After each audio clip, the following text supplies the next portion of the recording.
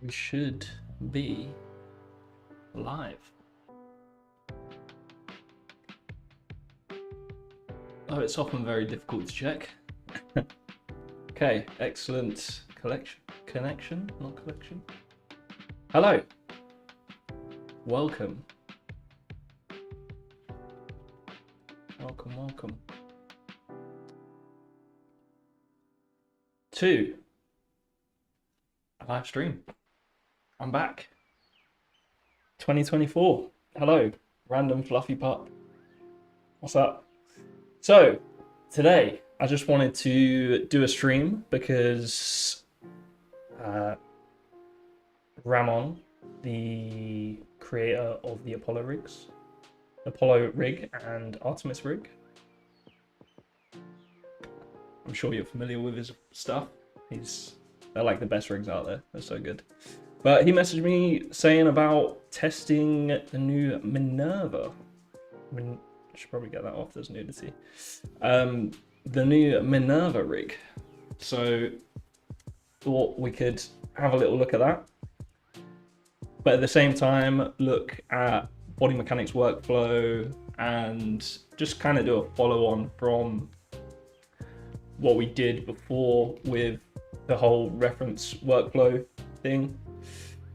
The video that I made that was quite popular. So I'd kind of like to make that into a series of like full feature animation workflow. So this is going to be about the body mechanics aspect of that.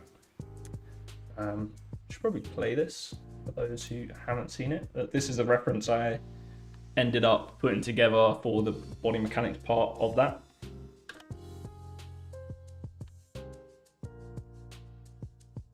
So I'm just gonna kind of use that as my reference, take the key poses and hopefully animate a cool shot with it. Hello everyone. Hey, Ramon's in the chat. Drunk Bear, what's up? Asembo, hello. Wagwan.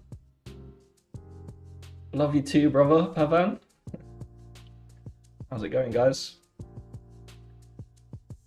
So, where were we? So we got the Minerva rig. Now this rig is certainly work in progress. Ramon wanted to make sure I made that clear, which is fair enough because it is V1, the very first version.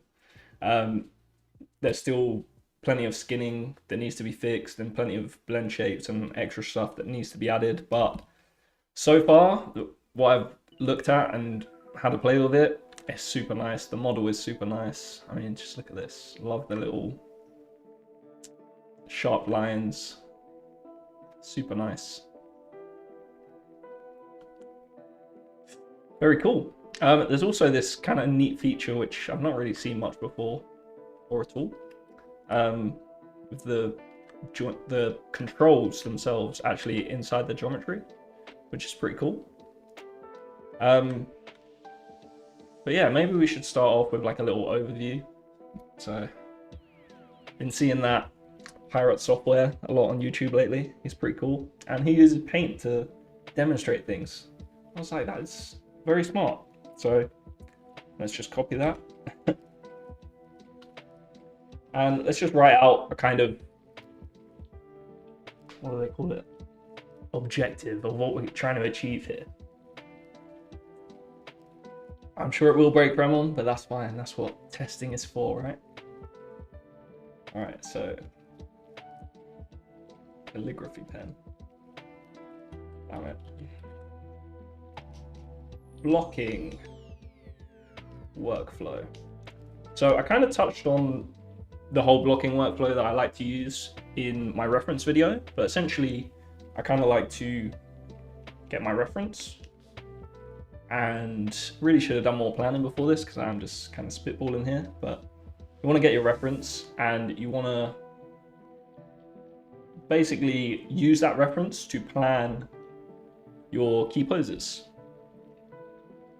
So we'll have a look at that in a second, but it's essentially taking extremes and taking beats from that reference. Now it's a bit different for body mechanics compared to acting, because I feel like I use less of the extreme stuff in my acting, but honestly a lot of shots are kind of a mix between body mechanics and acting. So I guess we can talk as a overall thing here, but essentially you want to take the extremes, you want to take the beats. And then you go ahead and kind of like how an artist would slap loads of color onto a canvas as like a base. You want to start small, like how a sculptor would chisel away big pieces before starting on the details. You kind of want to start broad and work your way down in detail as you get further along with that blocking. So we want to start by, for me, I like to take my most important poses as the up down of the hips, up down, and from there, so this is kind of like a first pause. It's also kind of a little bit open to interpretation what blocking exactly is. I mean, you could say blocking is just key poses, like your storytelling beats, or you could say blocking is all of the information that you need to give to Maya before you hit spline so that it doesn't break and just explode. So it's kind of open to interpretation. I take blocking to mean everything you need to do before, well, that's the thing. Like, I'm not exactly sure, but I like to think of blocking in two different stages. So B1 and B2. You could think of this as golden poses and breakdowns, essentially. So you kind of do a pass of the golden poses, and then after that, break that down, use the poses that you already have, using Tween Machine, and create your breakdowns from that. Hey, Mario, how you doing? Error, YouTube is not responding. That's fun.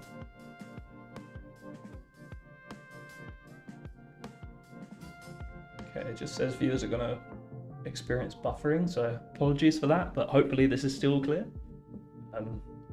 Fingers crossed. So,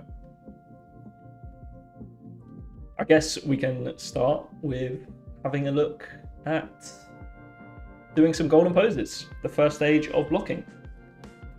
Now I've got some reference here.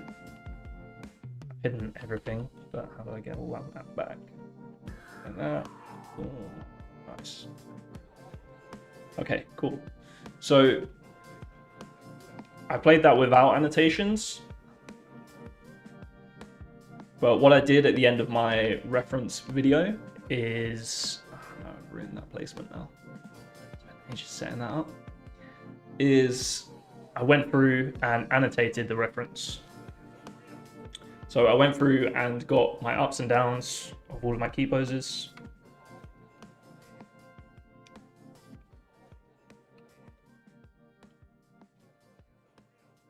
It's been a while, forgot my keyframe hotkeys, that's fun. So on every pose, I've got every pose that I think I need to put into my blocking, I've got the up downs in there. So these are essentially my golden poses that I'm going to try and hit. Cool, see you, random fluffy pup. Thanks for stopping by. Before I then go in and add my breakdowns later. Boom.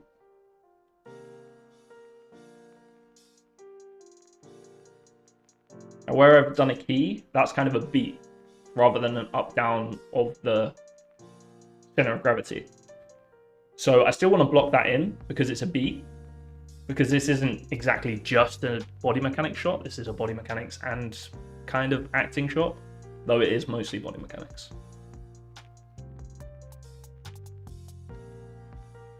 Again, there's a beat,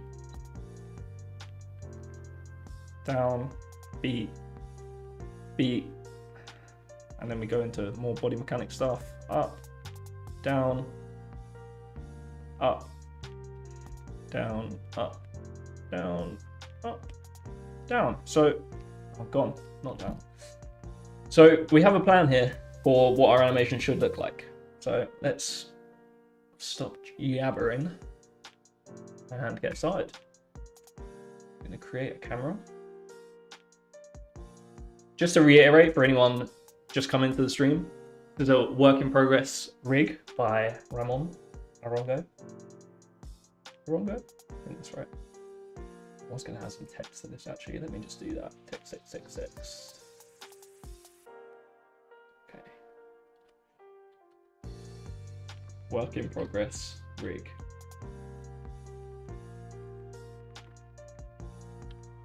Minerva. Nice. Sit it on that shelf nicely. Will it fit? Cool. Good enough. Lovely.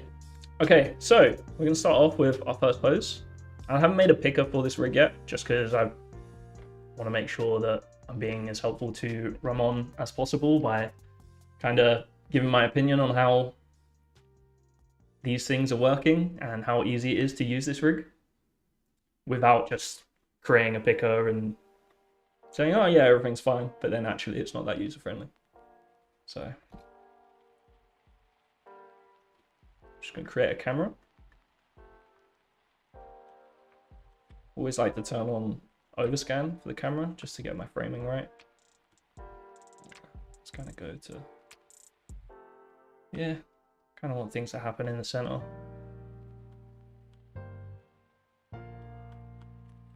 I feel like a lot of the animation kind of happens here, so maybe something like this is cool. I do like to turn on guides as well when I'm doing my cameras, just to make sure that things are kind of mathematically correct as well as just to my untrained eye.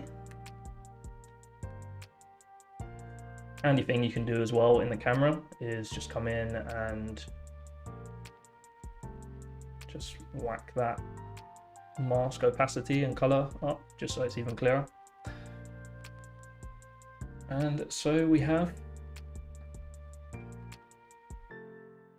a camera. Go ahead and lock all of these channels as well. Lovely. I'm using Maya 2024, by the way.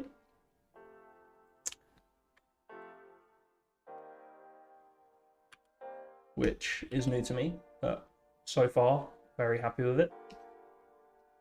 And I'm just gonna, I think I'm actually gonna find one of these poses in here, just so that I can know where I'm working into first.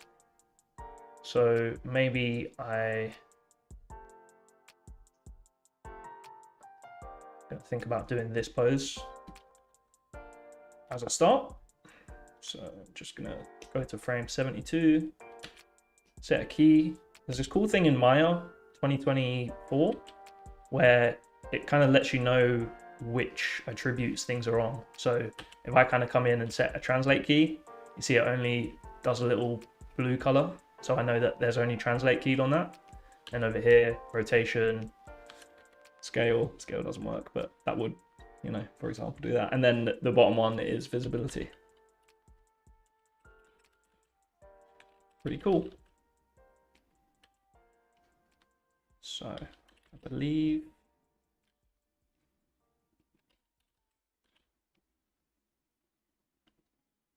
we have a chest control and we have a chest up control.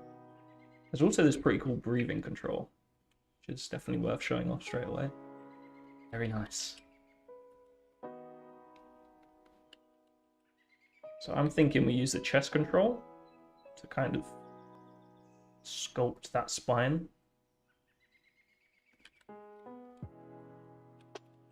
And then Ramon was talking about, okay, yeah.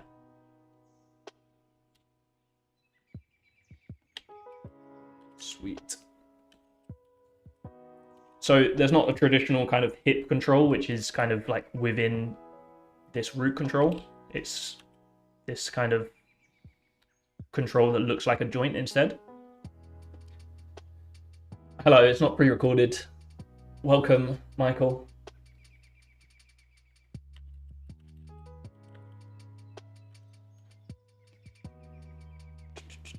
So it's a bit sideways.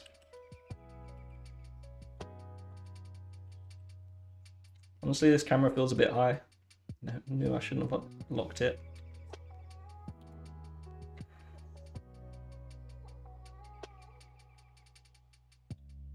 Cool, that's feeling a bit better. Let's lock it again. Wait, there's a thing to lock it, yeah. Just a nice little shortcut there. Sweet. So what I'm looking at when I'm doing my poses is the angles of the joints. So this kind of feels like it's going away from us. So if I just put Minerva here into position and I was like, okay, cool, the hip kind of matches the right height. I can then use the angles of the legs to know that that's not quite right and something else needs to move, because you can see how I have this kind of angle going on, but I have this angle in the bottom leg. So I just like to use those angles to kind of guide where I should be with the limbs and just getting them into the right place rather than just using the root control.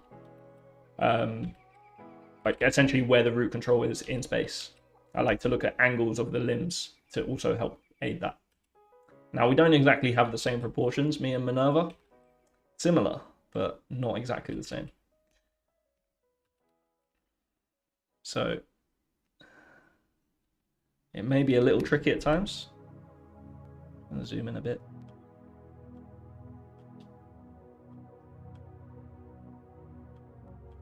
Nice.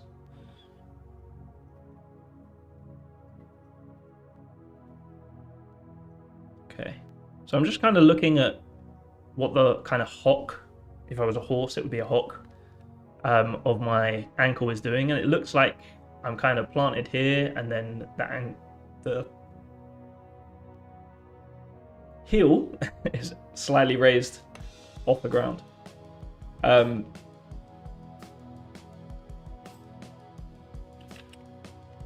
let's do that. Which controls do I want to use for this? Let's go into perspective. I like to have two panes side by side. One in perspective, one in the camera view. And then just flick between that with spacebar. And quickly kind of get here, decide what I want to do. Fill roll.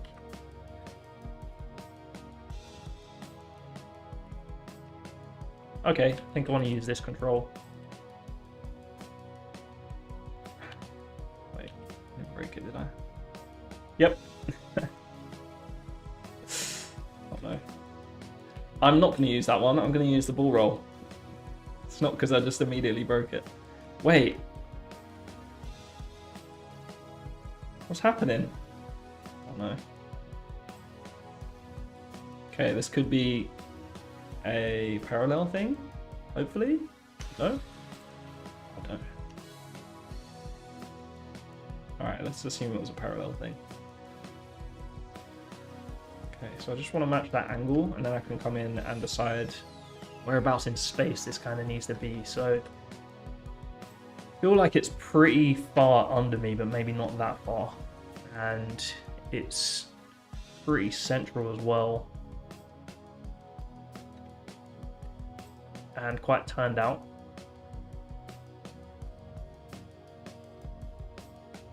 Probably about here. I can already see that angle's matching much better.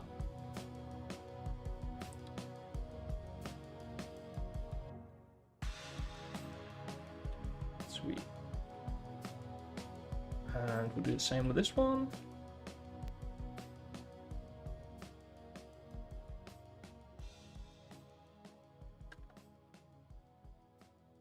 All right, Peter, how you doing? Yeah, the Maya timeline gives you some cool indicators based on what you have keyed. So if I just key here, translate, you can see it just gives you the blue. Whereas if I key rotation, it gives you an indicator of what's keyed on that frame, which is pretty handy. Alright, so I want to grab everything. Have I got my hotkey set up for that? Okay, cool. I have a hotkey set up to grab every selected rig control, which is pretty handy. I'm going to set this as like a safe key, 72, and I'm just going to come back and use 72 as my current pose that I'm working on. I do spend a lot of time on my key poses, much more than when I'm blocking. So if it seems like, oh my god, this is so slow, I would have already done 6 poses by now. Maybe that's true, but I'm slow at key posing. I find that they're very important. Kind of looking at what this angle of this foot is doing. Feels like about that much.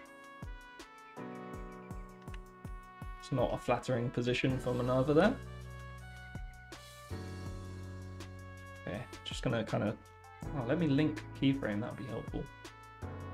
Frame sync, current, reset, current, 1, nope, just 0 is fine. Cool. There's a handy thing in Keyframe Pro where you can, what's going on here? Why is this not showing as up? Okay. Where you can link the, and I just closed it. Oh no, I didn't, that's fine. Where you can link the keyframe timeline to your Maya timeline. Super useful. So there's some very nice bugs here, which I'm not sure why that's happening. And I just wanted to scrub through and see what that back foot is doing. So it is pretty sideways in my reference. It's almost actually turned out towards the other way, which I think that is pretty much doing. This is a killer. Let's ball roll. Not sure what's going on there at all. Well, back on. GPU override maybe? That might crash.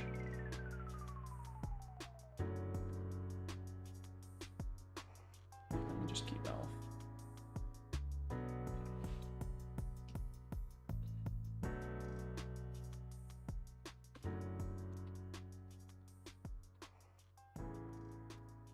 Okay, just saving.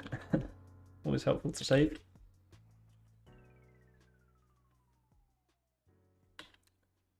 God knows what's happening here, but yeah, this is feeling fairly good.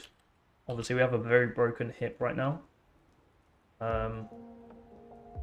what we can get with that, but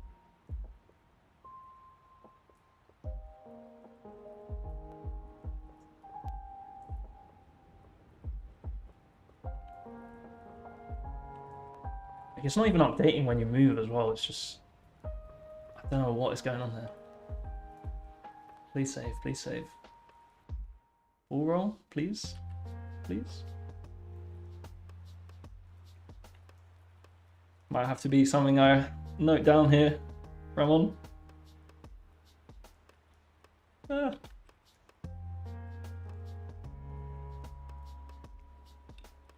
You know what would be cool? It would be cool if when you move the ball roll attribute, that would link to the rotation in here. That'd be nice. Don't feel like I've seen that on many rigs before. Why is that? Is there a reason for that? There could be. I may be sounding very silly right now to riggers. Please. Please ball roll. All right, we'll assume that ball roll was fine. And I'm just looking at the line here. That angle is not quite matching what I have. I feel like we're a little bit more upright, so just going to bend that over a little more.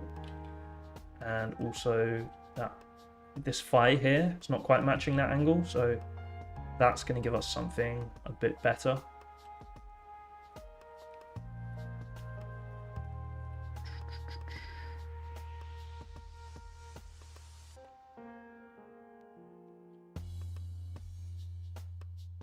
So if our weight is mostly on this leg, maybe we want to... There's a bug with the ball roll. So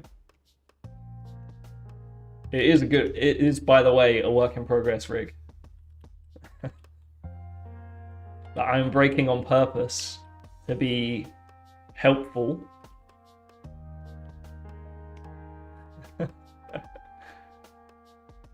Maybe use a control instead of the attribute. Yeah, both of them they both kind of seem to be doing the same thing. Ramon has made this in 2022, and I helpfully have started to use 2024. So I guess it's helpful, right? Helpful to know that things are breaking a little. Okay, we can get a bit further out just to straighten that up. And what's going on here?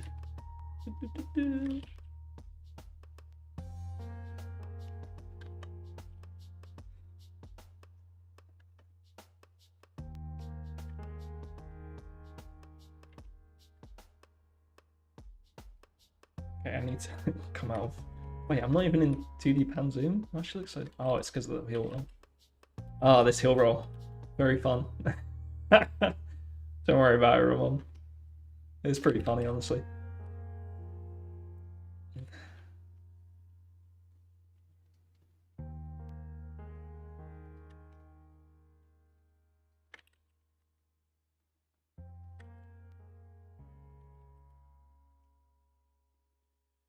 So this one is kind of in front of what I have here in my reference. And let's not jump ahead and go here.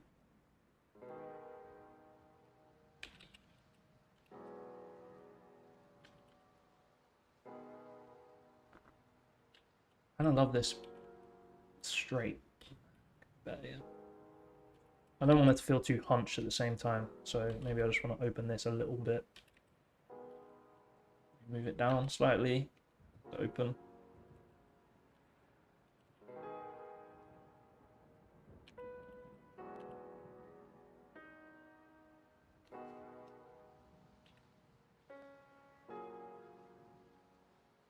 Again, I'm just looking at angles. You can see this angle on the head here, this angle here,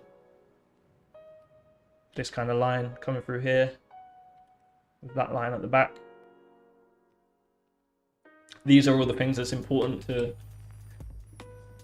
get the feel of the body mechanics feeling the same.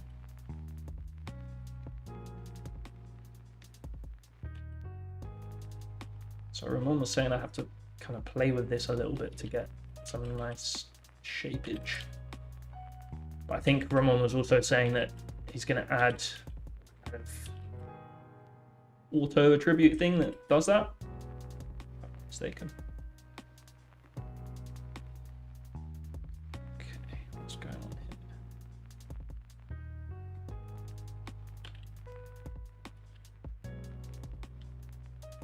I feel like this neck is slightly angled towards that side. Pretty cool. And I'm not feeling any kind of bend in the body right now. It'd be cool if there was some line of action more to this way, because it kind of feels like I'm a little more turned to one side.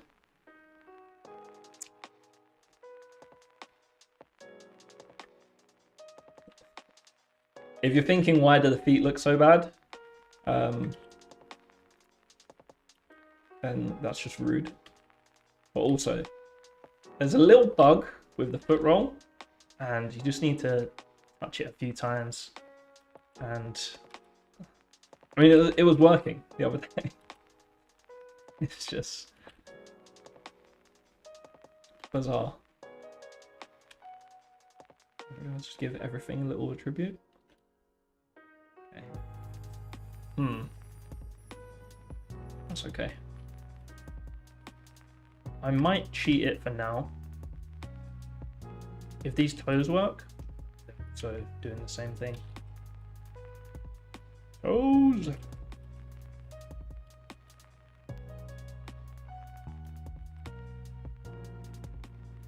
Change the space. Nah.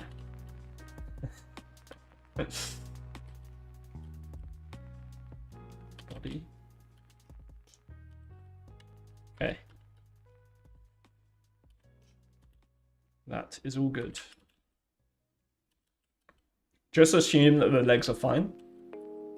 And everything else will fall into place. There are some nice sub controls. Maybe restart Maya. That is a good shout.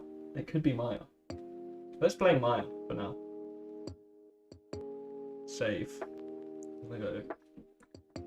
Full screen camera and restart Maya in the background.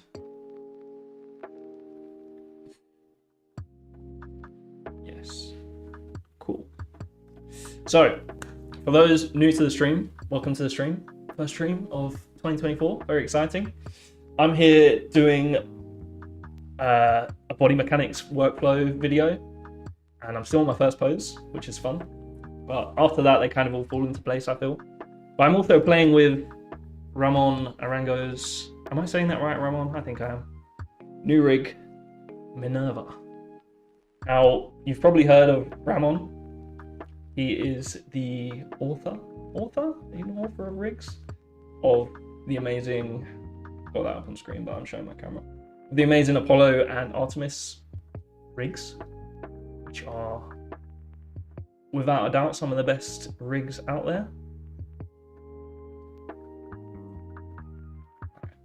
Just restarting Maya up.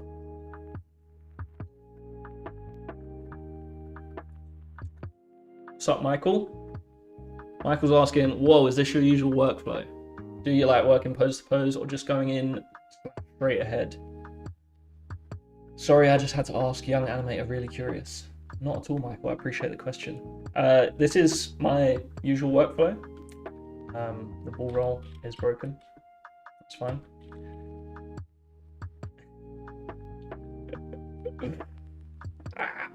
Yeah, this is my normal workflow that I use for pretty much every shot. I just spend a ton of time on my key poses and then not a ton of time on creating breakdowns for those key poses.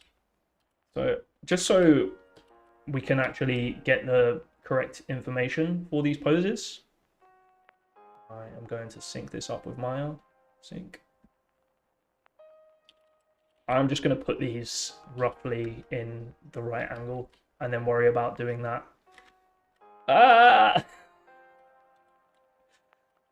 Oh, it's because I'm not in perspective. Embarrassing. And then worry about doing the ball roll stuff later. The attributes on the feet seem to be playing up right now, which is fine. It's a work in progress rig.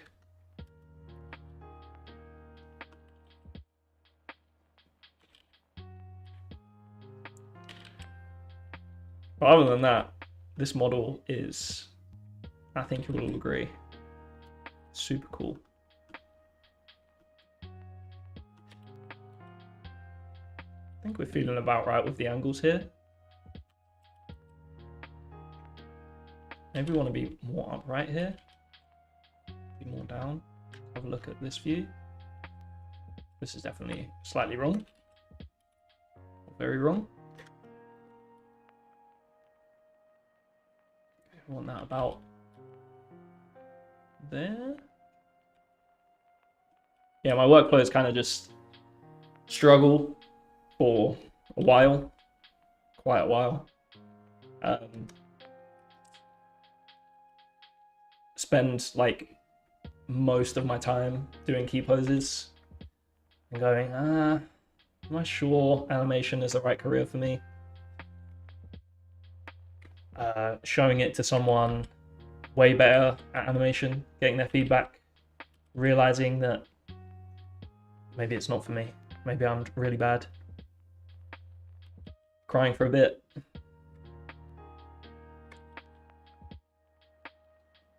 And then it's done. Finished. Animation. Feeling like this knee needs to come in more. Maybe it needs to be over here. And we just want to be a bit more over this foot. It's kind of killing. It's not right. It should definitely be out. Maybe it's that this needs to go over there. Maybe that's nice. They are pretty close together.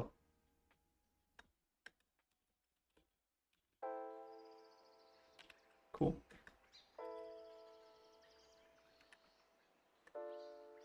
Would it be helpful if I did a ground plane? Go in and do that. Right on. And I'm just going to be putting the feet through the... Can't see my screen. Ah, oh, god damn. Never should have changed. All I did was the secret stuff that you guys are missing from your shots to make them look feature quality. So you didn't miss much. No, all I did was adjust this foot here, tried to get this working in perspective. I don't honestly usually work that much in perspective, but because this is the first pose, because this is such an important pose, I'm making myself look like a responsible animator. But I'm kind of just fudging the feet right now because there's an issue with the roll control. And we're just going to put them through so that we can get the angles. Because if I just have this flat on the floor and worry about it for later, then the angle of the rest of my leg is just completely off. So I really need to put that in now and then worry about the foot roll later so that I can make sure my angles are correct, because that is up there with the most important things for me with my blocking, especially for body mechanics. So this is just going to slightly be touching the floor, which it isn't right now. I don't want to use the stretch too much because that kind of tells me that I'm cheating something. And if I can avoid it at all, I would like to not cheat unless I have to. So certainly with my very first pose, I don't really want to have to cheat. So it kind of feels like we're in about the right position.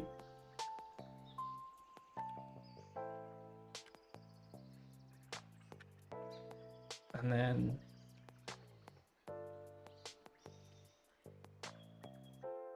just kind of spreading these fingers. Lovely.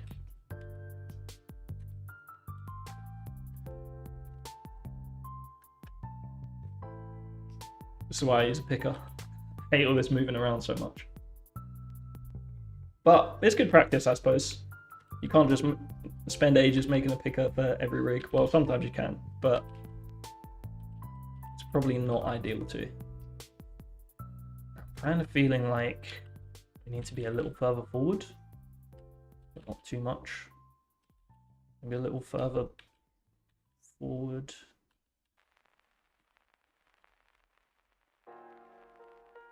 Maybe it's the feet being back a bit as well.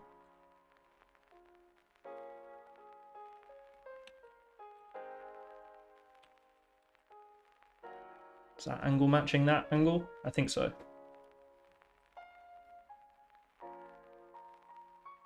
Hey, Halo VFX in the chat. How you doing? You can see my screen now, right? Oh, thanks, Halo VFX. So kind.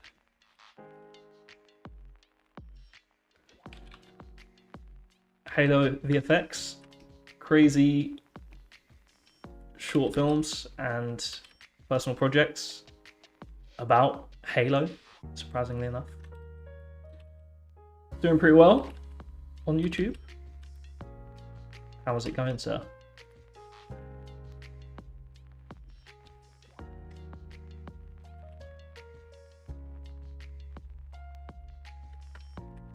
Okay, it's feeling kind of cool. Not a fan of how I have this out so far forward and this angle going back. So let's grab that and actually move this shoulder further forward so we're a bit more quadrupedal.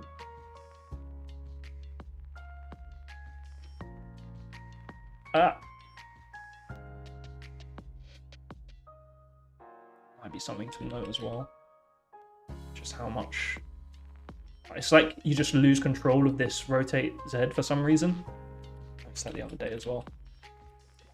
Strange. Okay, so let's get this angle matching. There's not much of a bend in it. And we're kind of angled out as well.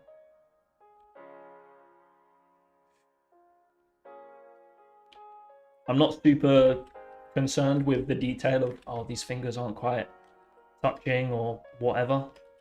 It's not very important right now, though I did just do it. What is important is big picture stuff, not worrying about details. And for me, we're still missing a little bit of what should be in here. This angle, which is probably the most important angle.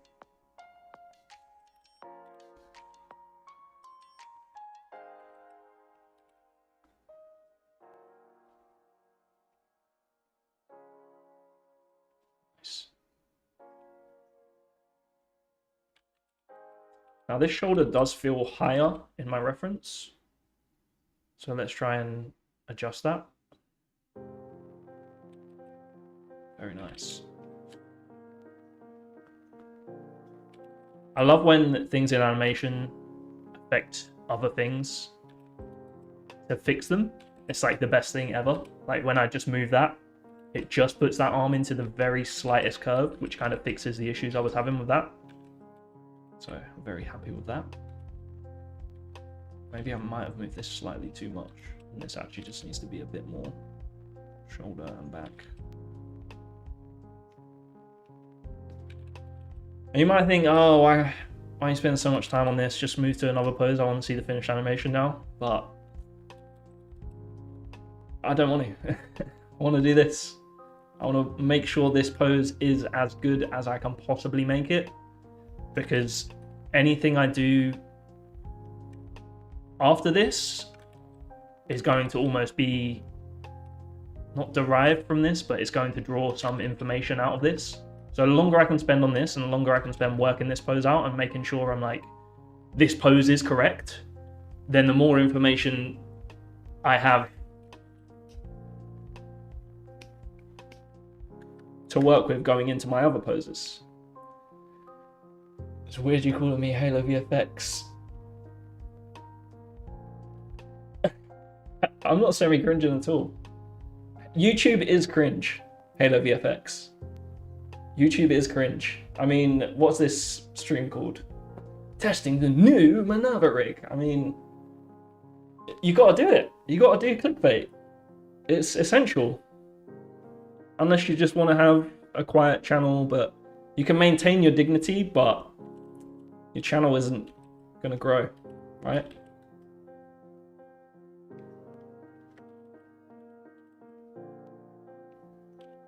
Not sure why drag select is doing that. That's a little strange. I'm kind of out with that. I am aware that I'm also posing this as kind of a masculine pose because I'm so masculine, but my reference is of me and another guy who does a flip, and this is a female character, but here's what it is. She's feeling very masculine today, so those are the kind of things and decisions I make when I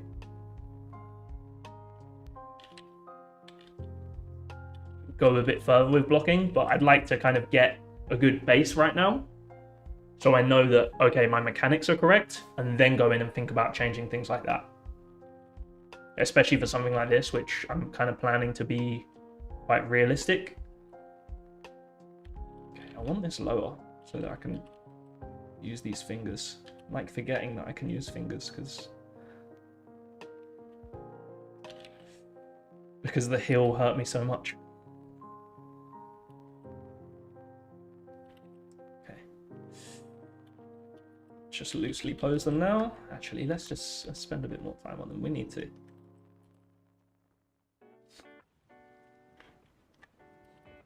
Spread them a little. Get some of the not metatarsal, the other bit of the hand, up a bit, the little flexy part of your hand. God.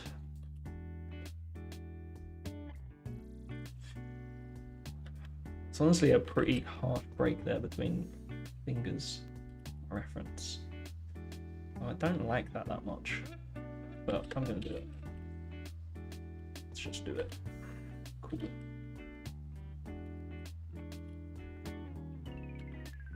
Is the music too loud for you guys? What's up, Wild Gamer? How you doing? Yeah, my channel does just seem to be growing. I forgot to say thank you guys for subscribing and just being there while I haven't been here uploading anything. I've been pretty busy, and it's quite easy to burn out on YouTube when you animate full time. If I was just doing YouTube, of course you can keep uploading and keep going and keep that momentum going, but when you're kind of dedicating some of your free time to doing that, it's quite difficult to think to yourself, especially when, you know, I don't know, it's difficult to justify to yourself spending a lot of time doing that sometimes. But today I kind of thought, you know, I've wanted to do this video for a while. When Ramon messaged me about having a look at this rig, I was like, I would just love that, because the Apollo and Artemis rigs they're just the best, aren't they? They're so good. And I haven't actually used them before, but I've seen plenty of animation with them and they're great.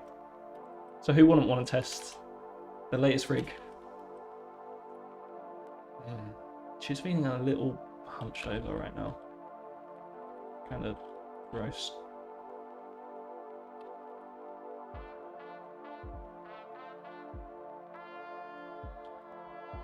That's where we need to be. But yeah, kind of inspiration has struck and I'm back doing something, which is cool. But I'm not going to force it. I'm not going to be like, okay, I need to... And you do, to grow yourself on YouTube, you do have to commit time and say, okay, I need to hit a schedule, I need to grow things. So just thank you very much, guys, for continuing to subscribe and like the content I put out there. It's pretty cool. So thank you for 4K. And the Discord's growing as well. We're at 200 members in the Discord. And honestly, there's not a lot going on in there. But hopefully we can change that. If you're in the Discord, why not go and leave a comment in the Discord now? Say, wow, what a great stream, guys. Maybe don't at everyone, but this is just the best. I'm having the best time.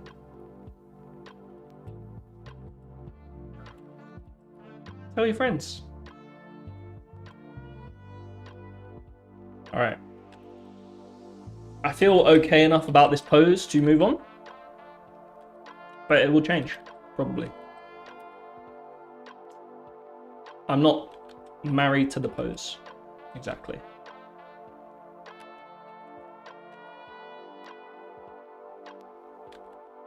But it's feeling close enough now where I feel like I can move on and have a look at another pose.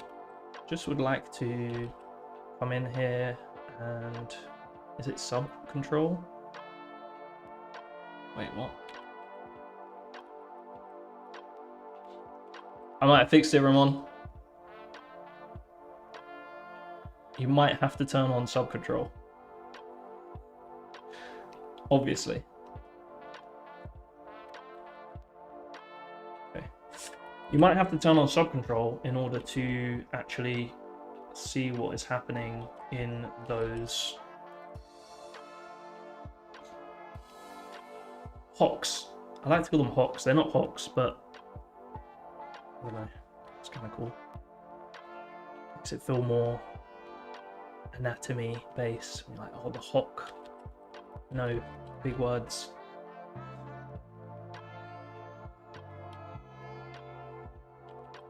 The palm? The palm of the...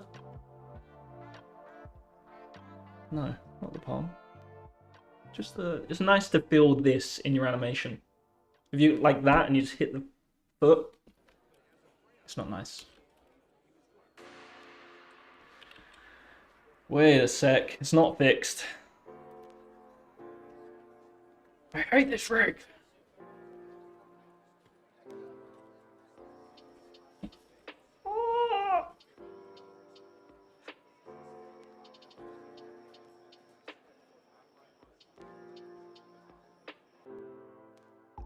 Okay, we're going back to ignoring those.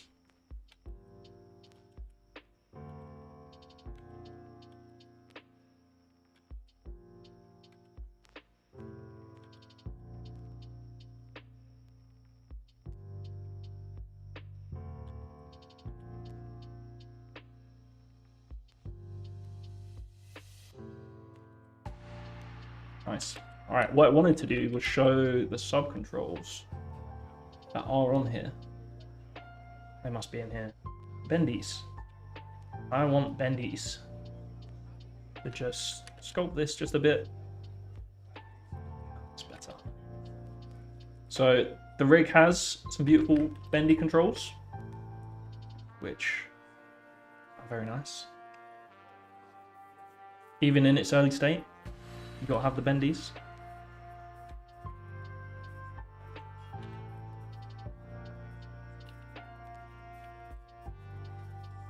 I'm actually gonna like scale this down just slightly, so I can match my anatomy a little more.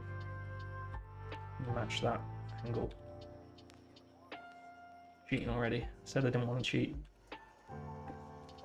Okay, we have a pose. We have a pose. Well done. Well done.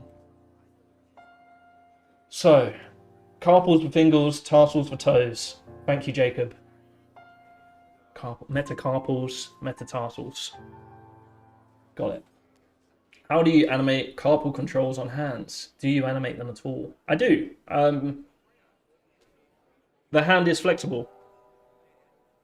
It's not just these controls that move. It's also, I say controls, but it's my actual hand. You can kind of see that my whole entire fingers are kind of moving from back here. So it can be nice to kind of animate them. But it's often just to get a nicer shape. And they certainly don't have as much movement as the fingers. I could be totally anatomically incorrect and they don't actually move, but sometimes I animate them. Do I prefer remote work? Yes. It's nice to have time. How do you get started in 3D animation? Was it natural to pick up or was there a learning curve at first? It is not natural to pick up. I guess some people find it more natural to pick up than others. I'm not sure if I'm one of those people. I'm not sure if my older work is out there, but some of my earlier work was truly bad. And that's fine.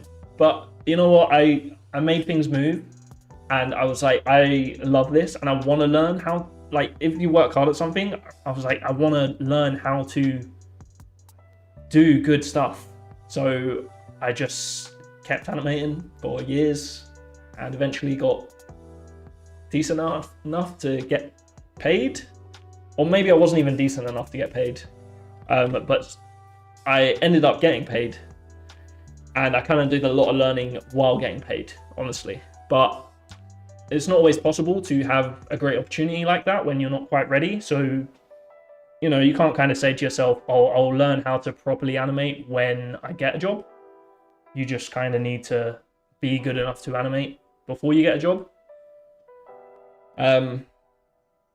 Essentially, work hard. Can we see the old work? I can try and get up some old work. Let me have a look.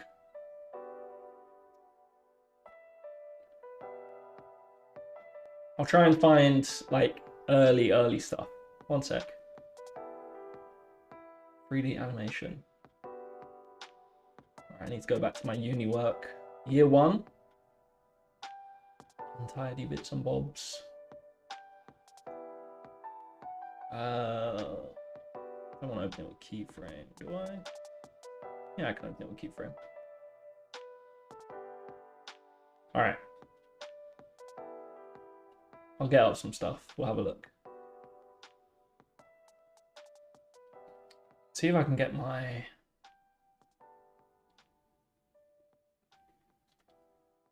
I mean, this stuff is bad, by the way. This is not where you think, oh, it's not going to be that bad. It's just saying it's bad. It's going to show it. It's going to be great. It's bad. I'm not a fan. Get my first ever 11-second club up. Actually, no. 11-second? Did I even finish this one? Not sure. I haven't looked at this for... Oh! Call him. Hang on. I haven't looked at this for years, so it could be bad. Oh, I've even got old reference there. See a little baby Owen. 11-second club ref. Look at that. Many, many years ago. Little Pink Floyd's poster on the wall.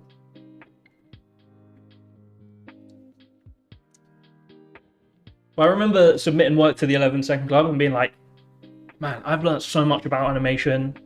I've been working so hard. And being like, I'll probably do well this time, I reckon. And then you submit and you get like top 100. And you're like, oh, maybe I'm not an animator. But you know, you should use that stuff to think, oh, I thought I was good, but, well, not I was good. I just thought, oh, I get it a bit more. And then you do something and then it doesn't work out and you're like, why is that? I want to be better. You should use that to drive you, not just go, oh, I got 90th in the 11-second club. I guess that's it for me. That's where I'll always be. Let's look at some old stuff. Call him. See if he'll come save you. Yes. Wilford the Merciful. Call him. All right, so it's not terrible. There's some stuff in there. There's some poses. I clearly spent a lot of time on the poses. I think this was actually after I had my first job, so I wasn't completely... This isn't my first stuff, by the way. This is like a few years into animation at this point. But there's still, you know, some floatiness. The holds are kind of just moving the whole time. Wilford the Merciful. Call him. It is what it is. Some reference. Should we just watch this? Call him. See if he'll come save you. Look at that room. Wilford the Merciful. So skinny. Call him. Call him. That's fun. See if he'll come save you. My childhood bedroom. Deodorant, Pokemon Wilford cards. the Merciful. Call him. Call him. Oh, Ramon did the same 11-second club back then. How did you do? This wasn't the one where I got like, oh no, I just closed Keyframe Pro. This wasn't the one where I got a lower score. Let me try and get that up. I don't know if I have it though. Maybe I just deleted it. So I hate it so much. Must have been during uni. Alright, let me open this off screen. Open project. Ref keys. We're back.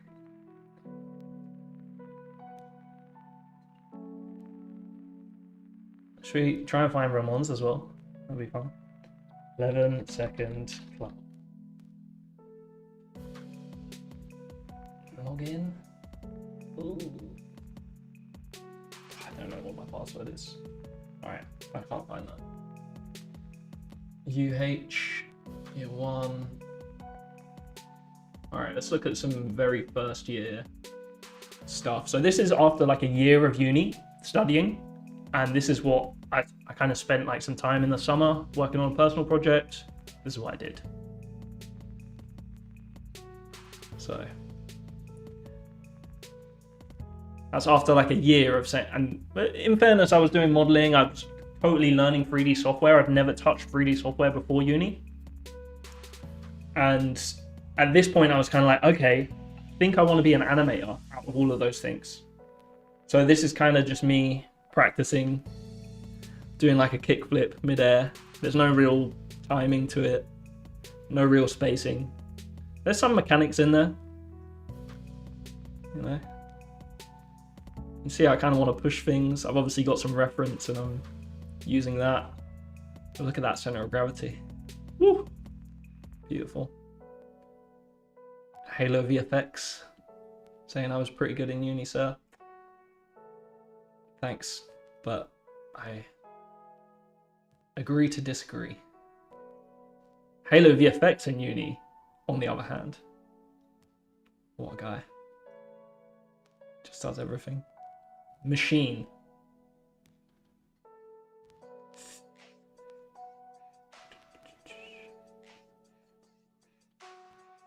Sorry, but I'll leave that playing for you guys. You can get inspired by it. By the beauty.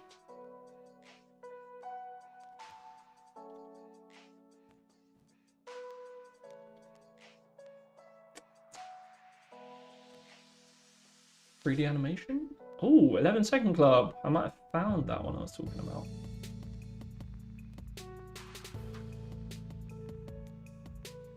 Oh, what is this? I don't even remember this. Let's have a look at this then.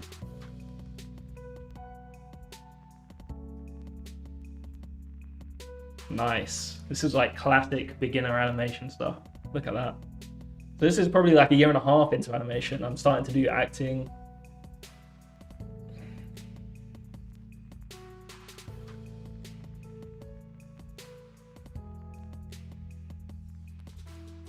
So, there you go.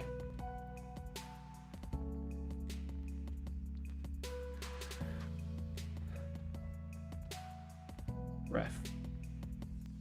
Mechanics. There we go.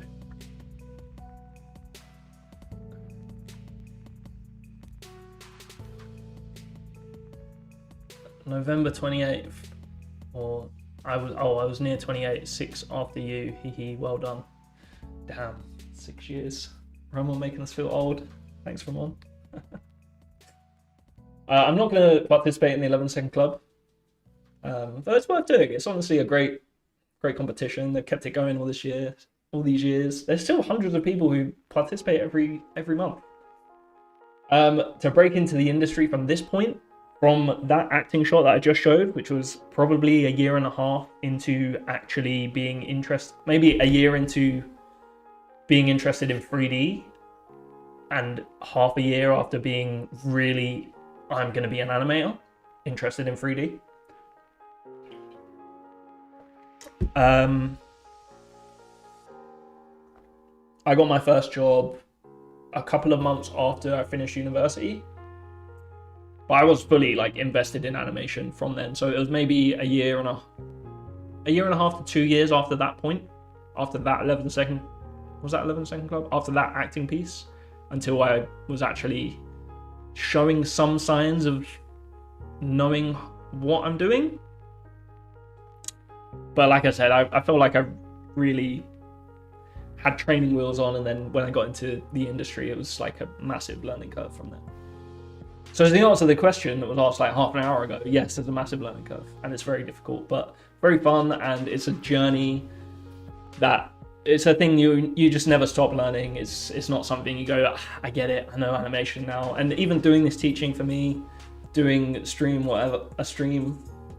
you know, it's just a way of trying to improve myself, improve my understanding of what I'm doing, improve in other areas, gaining new skills. It's just, animation is kind of a lifelong endeavor, if you like.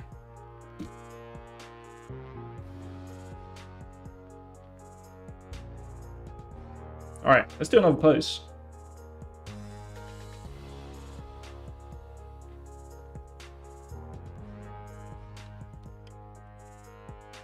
Nice new timeline in mind, 2024. All right, I'm going to grab this and disgustingly animate the global control.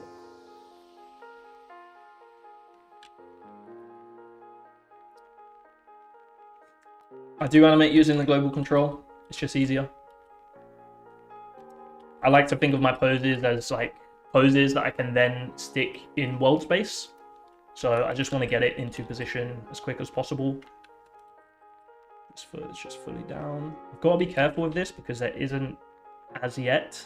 This is a work in progress rig for anyone new to the stream.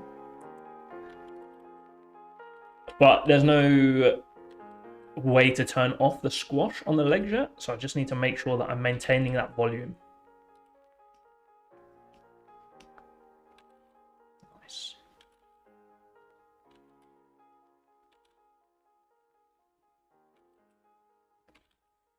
Oh. I'm assuming that the music is a fine level, or maybe not. You can't hear it at all. But if you can't hear it, let me know. If it's too loud, let me know.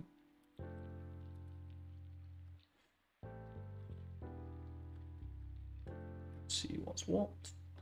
Slightly on this leg.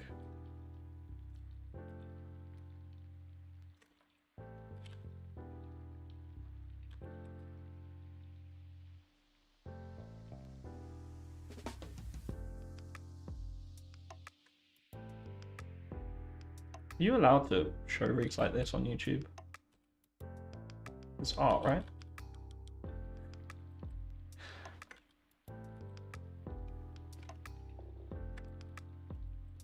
Let's hope so.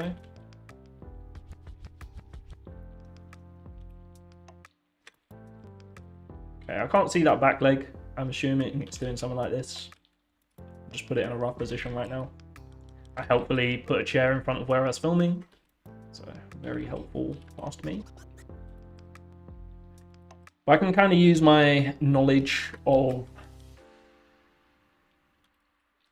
walk cycles, animated survival kit, and just whack something in there. I mean, this is hidden anyway, so not super important. Definitely does not get animated as much as everything else. And there's this really handy control, which I love to see on rigs, where this just kind of fans all the fingers a little. It's really nice to just quickly get something really nice on those. Just kind of a pull off from that first finger to the last finger, which is very nice. I'm going to grab that. Actually, just going to work slightly harder on this finger pose, on this hand pose. Let's have some of that. Come here. Keep it there. I've done something dirty with that. Lovely. All right, select all these guys. And I'm just going to mirror that quickly to the other side using Animbot. Just because it's a pretty basic hand kind of pose. Kind of pose? It's a hand pose. Look, I'm not saying kinda all the time. My New Year's resolution for content. Don't say kinda. It is or it isn't. Okay, where are we at? Let's play through a little. Okay, so I'm actually kind of moving both arms at the same time in, and they're both kind of back a little.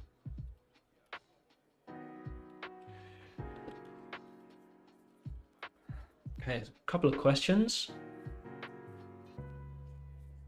Yeah, you do need to have a nice work ethic, I guess. I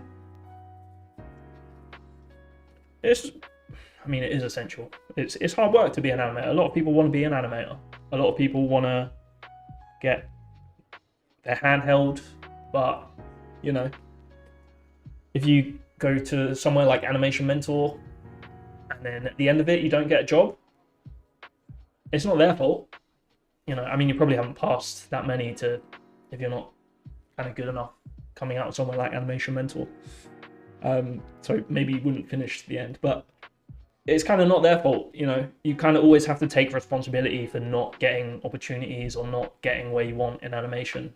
Unless you're just happy kind of being bitter and never getting a job, I guess.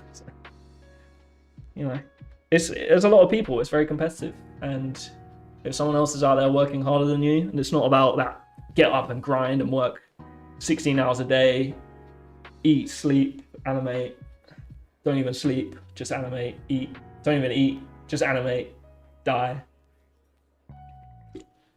It's not about that kind of like hustle mindset. It's just, if you're not in the animation industry and you're not working like full-time hours and someone else is out there doing that, or they're working every night, or they're working every weekend, and you're not, then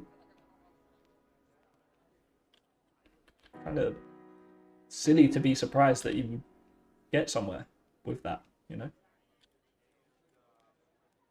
Okay, what have we got? We have a pose.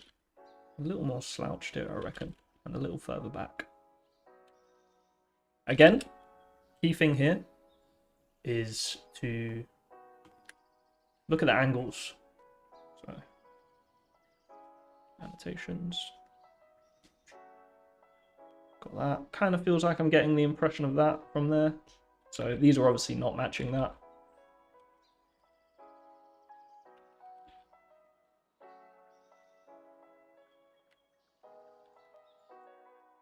Very, very long legs on this character.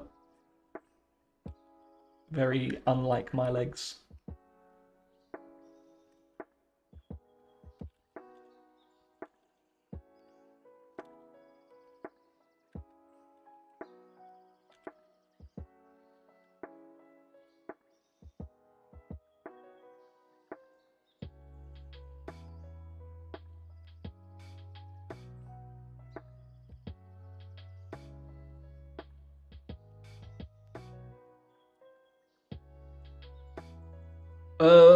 If you don't mind, would you like to give us keyframe player always on top script? Okay, Arga, you're gonna love this. There is a thing in Keyframe Pro called... I hope they didn't get rid of it. No, they couldn't have. Where is it? Oh, edit, always on top. It's just built into Keyframe Pro. What a program. It's so good. No external script needed. How do you price your rate when you do freelance jobs? Similar to a salary rate, but with extra on top for the holidays that you don't get paid and other expenses that you have. So more than a salary. But I haven't done a lot of freelance work, honestly. So maybe there's people in chat who have done a lot of freelance work who want to chime in. I think that's a good question. And it's always a tricky one as well. Very difficult to know.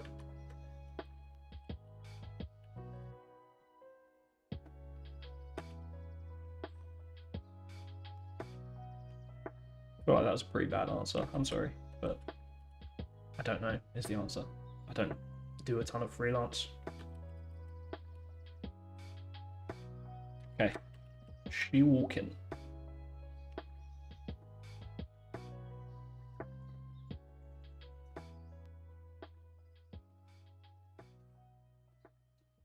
I just want to try and find like one of the most extreme poses I can. So I can kind of work into something. So let's maybe take this guy's pose. And I'm just gonna...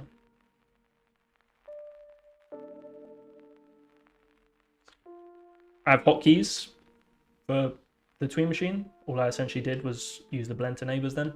Just blended. I just have that on 5. There's a video I did called my animation tweener. I can't remember what it's called. My last video was about that. It's pretty handy.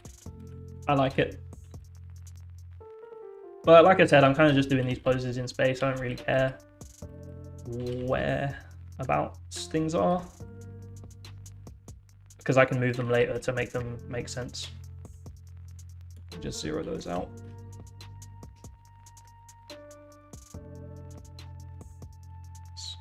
And again, I have a hotkey for zeroing things out. It's pretty over. It's pretty symmetrical in this pose, honestly. But I'm just going to add a little bit. Feels like we've got a bit of an arch in that chest. The chest feels like it's kind of coming up, but we're obviously down with the entire mass.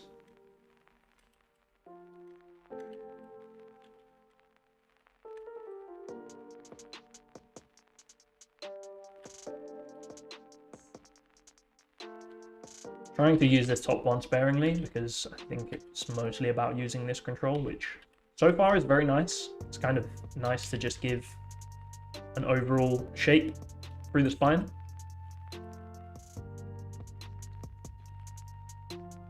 So if you're new to the stream, this is the Minerva rig from Ramon.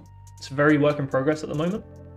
Very, but I mean, you can see some obvious skinning issues that Ramon is going to fix and just make beautiful.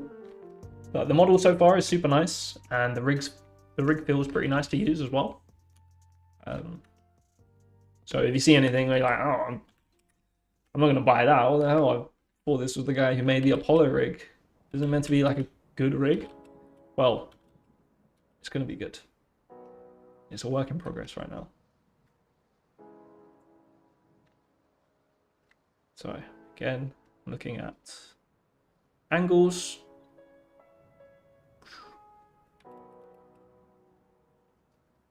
I'm just trying to match those.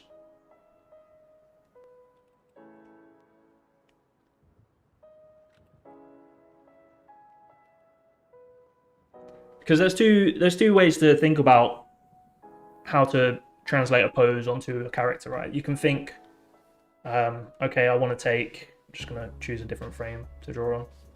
I want to take this position, and this position, and this position, and this position, and this position, and the hands, and these, and even the chest. And, you know, they might all be in the right place. Like, for example, we go back to that previous pose. She might be squatting, feels like she's kind of squatting about, he's kind of squatting maybe this low to the ground, but her proportions aren't the same as his. So you end up, I mean, it's actually, okay, so maybe it's more like that, right? But it feels off because her proportions are different, so the angles are therefore different. You know, if you look at this thigh and this leg, they're way off compared to what this is. So you kind of use those angles to get the feeling better of what the pose should be, especially when you're translating to a character that doesn't have the exact same proportions, in order to get the feeling of that motion. As opposed to just saying, oh, okay, I need to track exactly what this hip is doing in here and track exactly where these are in screen space and where these are. But then if it's a different character with different proportions, having the hands up here might have really short arms. So therefore you'd get like just a complete straight, and these might be completely straight as well. So it doesn't give you the feeling of that animation at all. So it's much better practice to use the angles of the limbs. Okay, where were we? Delete. Okay. All right. Let's try and be quicker.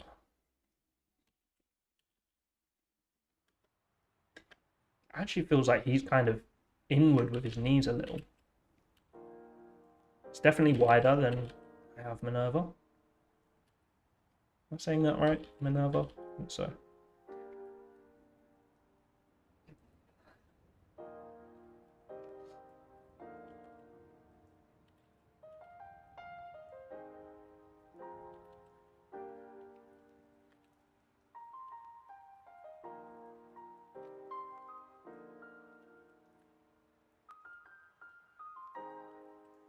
It's not great form to bring your knees in when you're doing a squat, but I guess for a dynamic movement, to actually generate power, you do bring them in.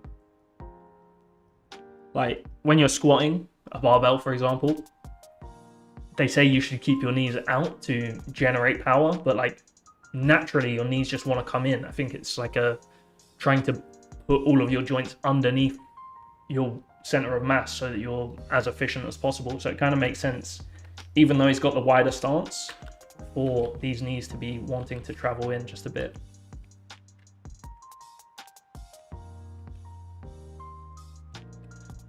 when you start a new job and you get a new character with a new rig, how long do you test it and check if everything is working all right? Depends if you're like the first person on the project. Project. Depends. Often you're not alone on a project if you're working for a company. So you would hope that other people would have tested the rig before you're starting to use it and given their notes, and now you have a great rig to use. It doesn't always happen, and things get through and budgets happen. So you can't always have a perfect rig, and you do work with rigs that aren't perfect, but you just kind of have to make the best of it, and that's okay. You can use things like blend shapes to fix it. Why fix the rig when we can just blend shape it?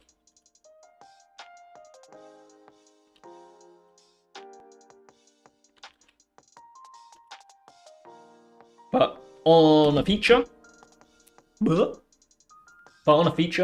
you... I mean, it's totally dependent on budget, to be honest. Even on a feature film, different features have different budgets. You might get a couple of months where you're testing one character, or even just one face rig. Or you might get a couple of months to test multiple characters, go through multiple rounds of notes, and, you know, you're kind of looking at the body for every single character and making sure they're all good. But it's kind of a good mix between doing development work on like the character and how they actually move, and technical stuff, making sure that the rigs can achieve the things that we artistically want to be able to achieve. So it's kind of a balance between making sure... Sorry, I'm like talking in a super segmented way right now because I'm trying to concentrate. But yeah, it's a balance between technical and artistic generally on a new project. But it's pretty fun. It's pretty fun to do development stuff, to kind of almost decide the way a new character moves, have some input on the film or project creatively like that. It's not just a chore going, oh man, I've got to do these rig tests, I just want to animate, I just want shots. Sometimes you might feel that way, and that's fine. I know I do. But sometimes you gotta do your bit, do what's best for the show. I don't like how this is feeling. What's wrong? So feet are pretty good. Legs are not feeling right at all. Where are these angles? Wants to actually be leaning back slightly. This is kind of like a perfect squat. Maybe slightly forward, I would say. And also just down slightly.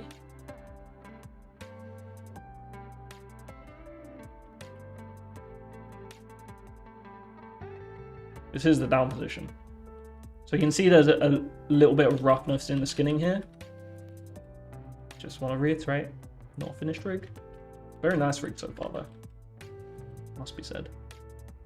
Very nice model.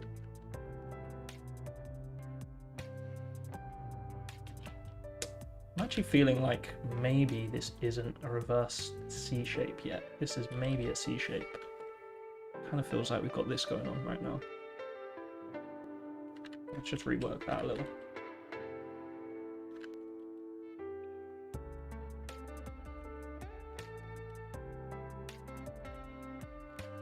I don't care about touching the hips or saying, oh no, I shouldn't touch the hips, I should always use the root control. I don't care. I want to make the pose look good. So whatever it takes to get there, I can iron that out later and polish if I need to. But generally, make the pose look good. Don't worry too much about technical stuff. And things will be alright. Too low down.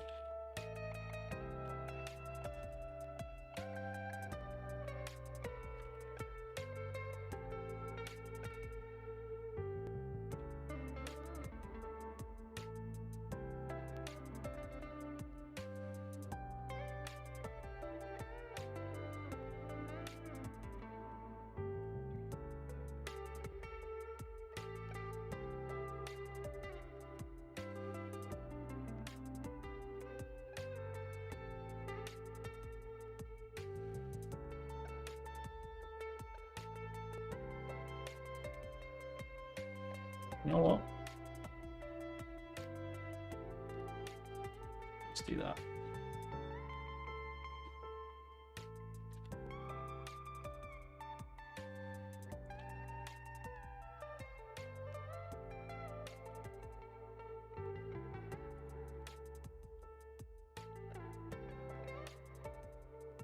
Tuck the knees inside might give a different personality. Yeah, it could do. It could look really nice. Maybe make her look a bit dweeby. For this pass, I'd kind of like to use the reference as much as possible, which means staying as close to the reference as I can before going away from that too much and being too creative. Don't want to be too creative. No, you do, but you just want to use the reference as much as possible. And for me, if I start deviating before trying to match the reference, then I'm kind of not using that reference as much as I possibly could be.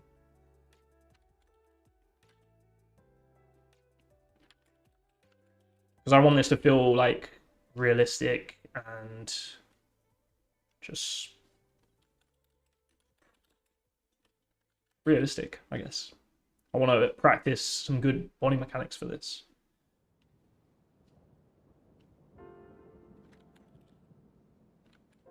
Maybe she's tucked a little more than that, actually, with her neck.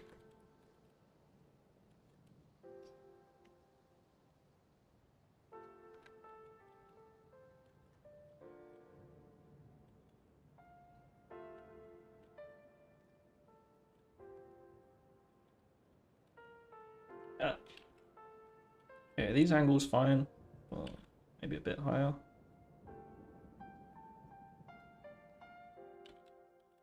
I think we actually need to be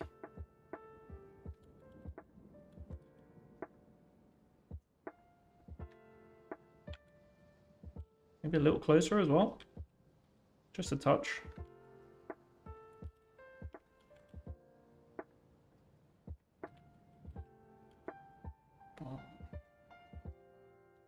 Yeah, this angle's way too steep. Okay. Feeling a bit better there.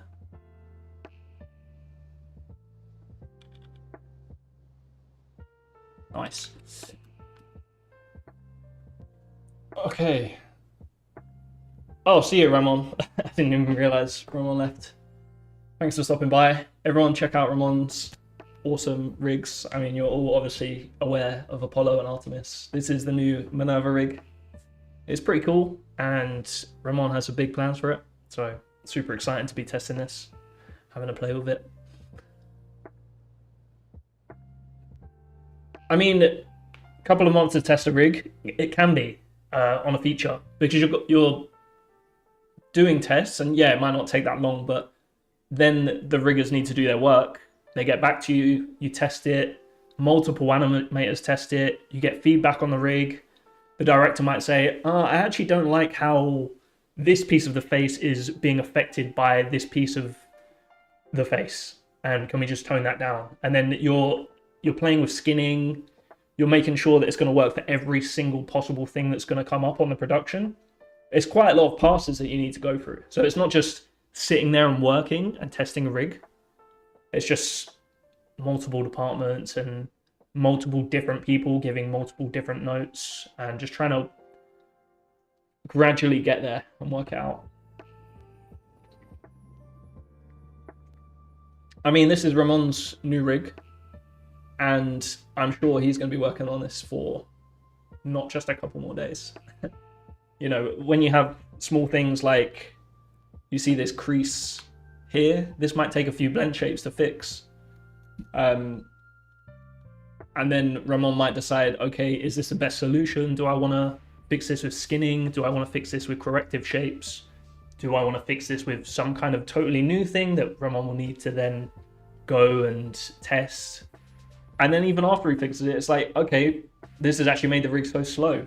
Or actually, this fix has then broken something else. So it's a massive, multifaceted issue, testing a rig.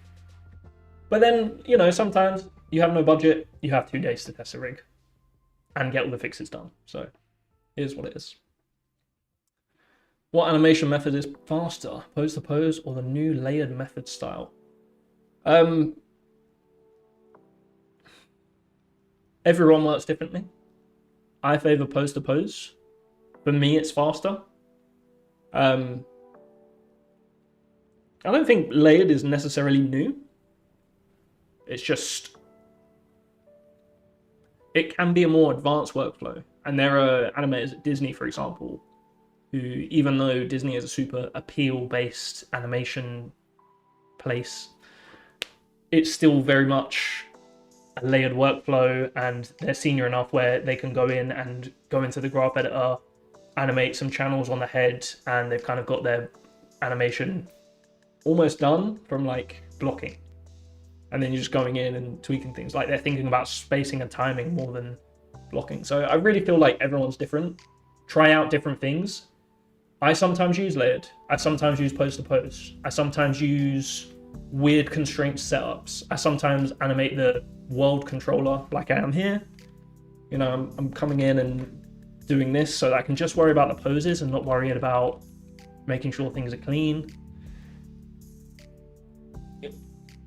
The sooner you can get away from like technical limitations, thinking, oh, what's the best way to animate? What's the way I can be the best and the fastest? You kind of just realize that sometimes you use different things for different things, and just focus on getting to a point where you feel like, I'm not saying you definitely can, but you feel like confident enough. So if someone says, oh, I need you to animate this, then you could go in and animate that using one of your workflows. So I'll always say, oh yeah, definitely pose to pose. My students at Keyframe Coach, shout out Keyframe Coach.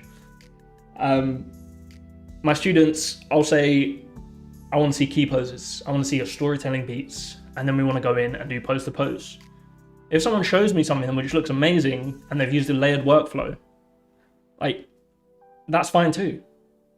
But it's just, the only thing that matters is the end result. So yes, worry about that stuff. For me, I would recommend pose to pose. If you're already super into layered and you're like, oh, but I just love layered, or if someone teaches you the way to animate and it's layered, then it's not necessarily wrong. Live in Ukraine. Hello, Music Relax.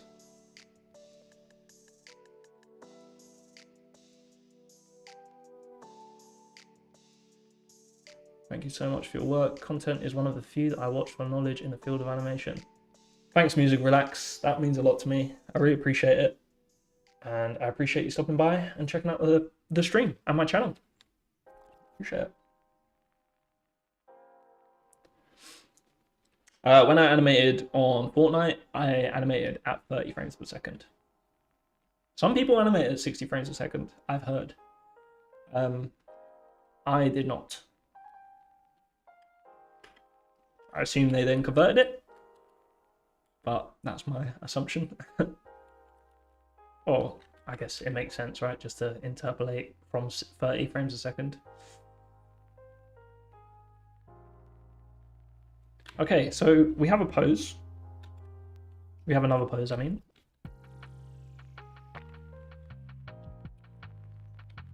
And I'm feeling all right about this pose. Look at it again after I've looked at chat for a bit. Maybe it could just be a bit lower. Maybe this knee can just be out a little more. Definitely feeling very masculine right now, but that's okay. All right, so we've been focusing on downs.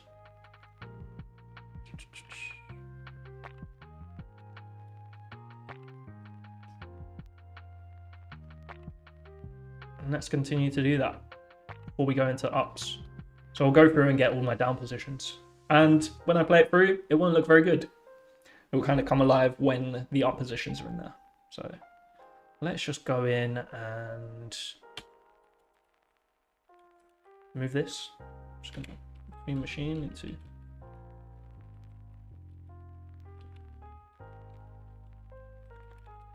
Just kind of looking at the mass of the body and what that's doing. See, I can now move this around and I feel fine about that. Looking at the headspace, how much that's moving. Definitely needs to be a bit more.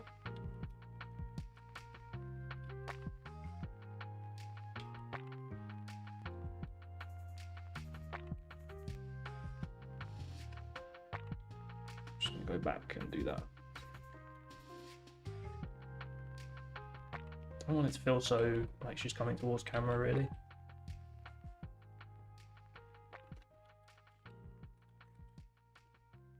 Because this pose is pretty hidden, I'm not too worried about this one yet. It's kind of almost a placeholder pose before I then go in and just kind of going to get something in there so I have something to go from. All right, let's call that fine.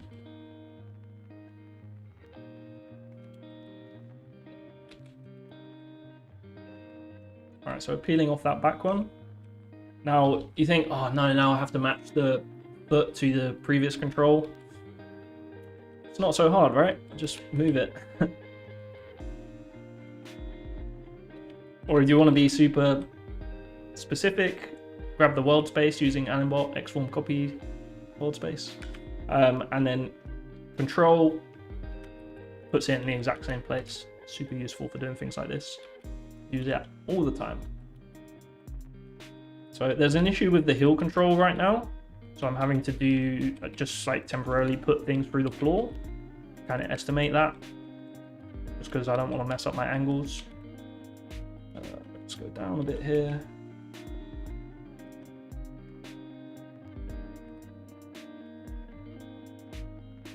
Oh, why did this one get off balance?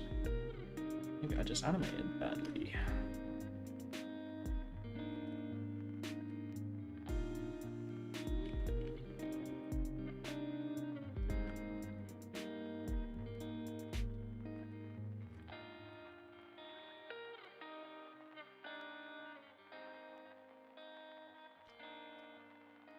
See, I'm now going in and tweaking this pose based on how I feel about the next pose. Don't want this to be so spread.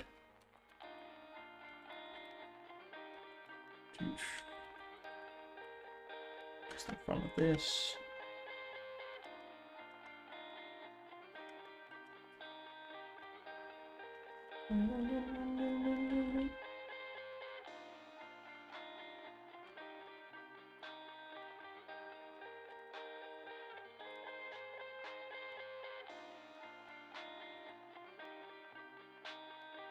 Just want to scrub through and see what's going on with that. I feel like I'm pretty extended backwards here with my spine, creating a reverse C shape. C shape in the spine.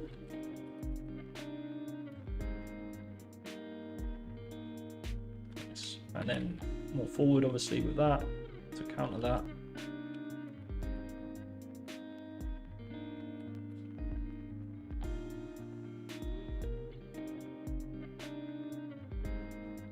So I'm looking for this angle, looking for this.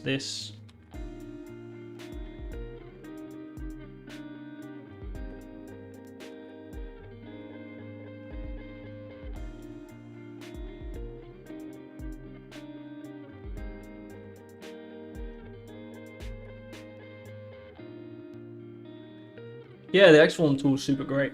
I love it. Do you convert the world space controller to the IK controllers afterwards using Animbot? Yes, I do. That's exactly what I do. Thanks for all the questions, by the way. Appreciate it. Nice active chat today. If you're sitting there just watching, you haven't left a message yet, why not say hi? You might be busy doing something. That's fair enough. But you can say hi if you want.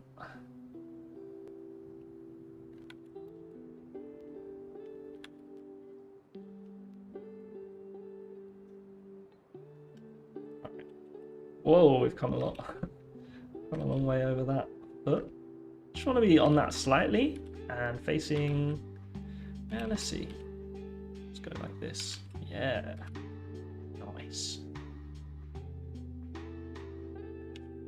I don't worry that much about how things look in world space until, well, other than at this part of the process, because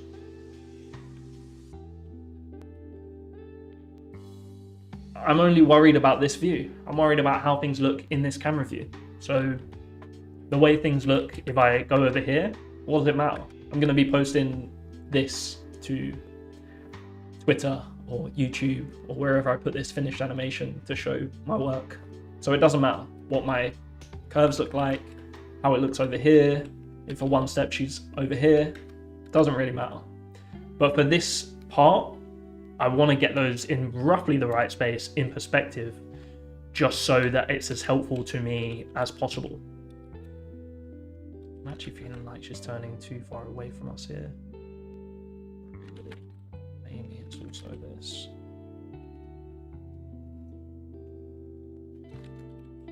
Okay.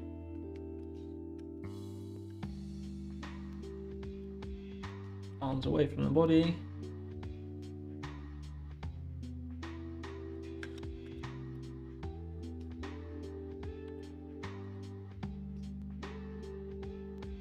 And if you're not spending this much time on your poses, honestly, that might be fine, because I am slow at posing. I definitely am slow at posing, but it's important to make sure that you have things in at least mostly the correct place before you put in loads of in-betweens, because this is kind of the basis of your animation. So if I might spend half of my time doing these key poses of the entire animation, especially if I'm working for somewhere with a high quota, a high turnover, I might spend half of my time just on these poses before I go in and honestly even break it down into what I would need to then hit spline. Like spline and polish might take 10% of the time if I'm doing 10% of the total time I have for the shot, or maybe even 5%. If I'm animating for like TV and I don't have a super high quota, I'm having to hit like 30 seconds a week, then it's entirely possible and not that uncommon for me anyway, and the way I like to work, and a lot of people who work in TV, to spend most of your time in your posing and your blocking. I think that's where the time should be spent if you spend time anywhere. The rest of it you can kind of smash out quite quickly sometimes, hopefully.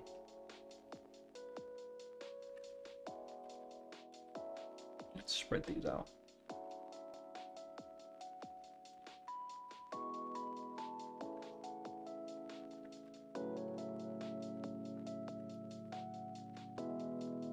I'm kind of looking at what I have from the reference and going in, and then after that, after I have at least what's in the reference, then deciding if that's something I like.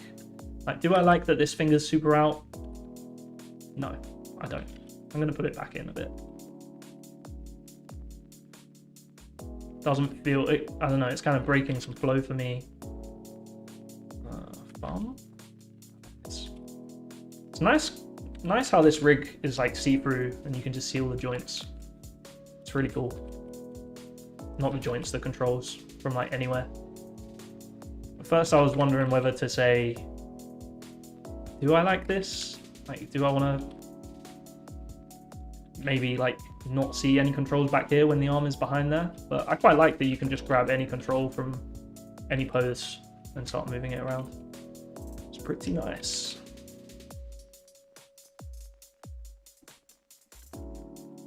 Okay, how's this working? All right, feeling pretty cool. So I'm gonna cheat this just slightly, saying that I'm not going away from reference, but I just hate when joints are stacked like this. When you have a pose that's like a joint and then a joint and then a joint, I just want to see some curve in there. I want to see some indication of, like, this is a silhouette and I have it like that. It's not telling me, I mean, Ramon's got a super nice model here, so it does have anatomy and stuff, but if I just tweak it a bit so it's just a bit more like that, I feel like that is a bit nicer.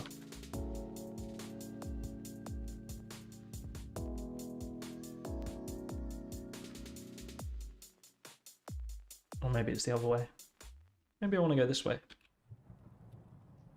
Want that a bit. Yeah, let's try that. Doesn't help that I just scribbled all over my reference. Let's see. Yeah, kind of going up.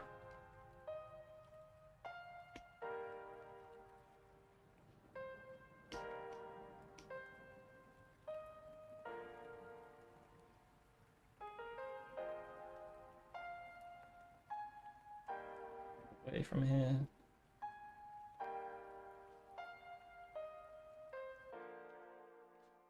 Just looking at angles right now.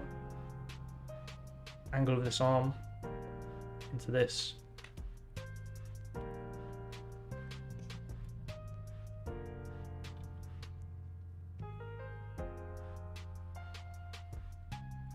This is fairly foreshortened.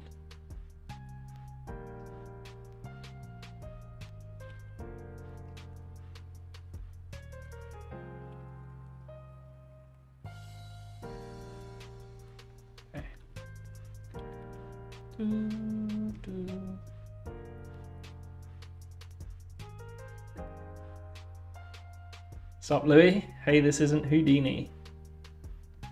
It probably will never be Houdini. You here for Houdini? I hate to disappoint you. Maybe I shouldn't say that. Maybe I will do Houdini one day. Stay subscribed. There's a possibility.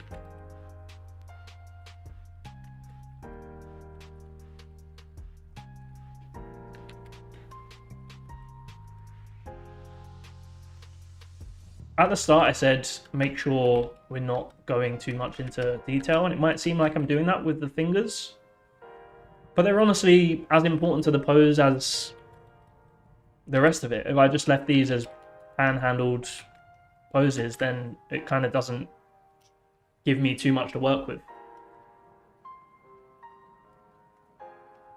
Okay, is this feeling natural? I think so. Let's check our angles. We're a bit more out here in the reference. Just always going back to checking your angles.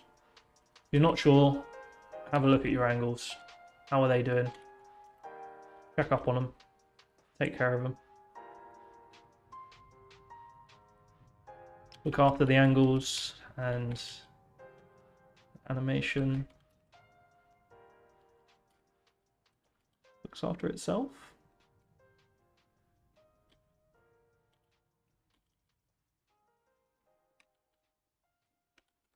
Eric Goldberg said that, I think.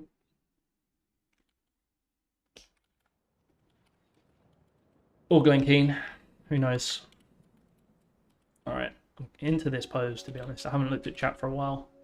Who knows what's going on there?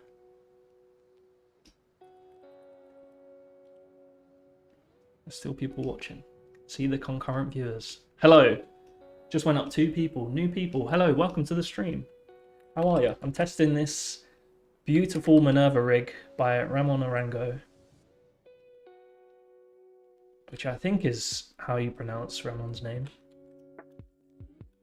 And I'm just also killing 2 birds with 1 stone and making a follow-up video to my reference video that I very much enjoyed making. And just kind of trying to put some content out there which is hopefully going to mean that my channel is a good place to come if you want to learn about animation. That'd be pretty good. It's a pretty nice thing to shoot for, I think.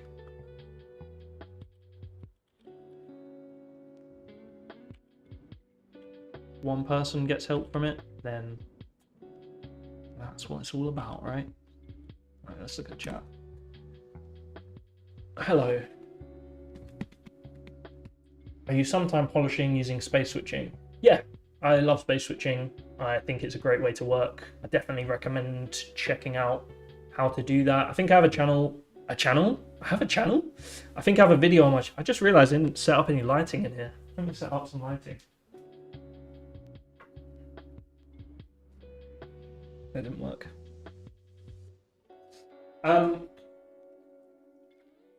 have a video on my channel called Splining the Spine or something like that, where I'm just kind of switching between spaces. I actually don't do that a ton anymore with the spine in particular, but I do love switching spaces and cleaning up in that way because, well, it makes sense, right? Why try and clean up a curve that doesn't make sense in the graph editor? And I'm saying this, but at the same time, I have not animated on something that isn't stepped animation since over a year ago now. So take it with a pinch of salt that I know what I'm talking about, because maybe I don't. All right, got a little light going on here. Pretty nice. Just put it, that's high. This isn't important at all, but I like it.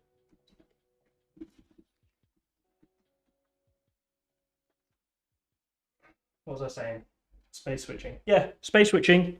It seems complicated, and it is a little complicated, but it's like making your it's a complicated way to make your work much simpler, if that makes sense. I'm gonna go ahead and draw my lines. I made it so long it got dark. Oh.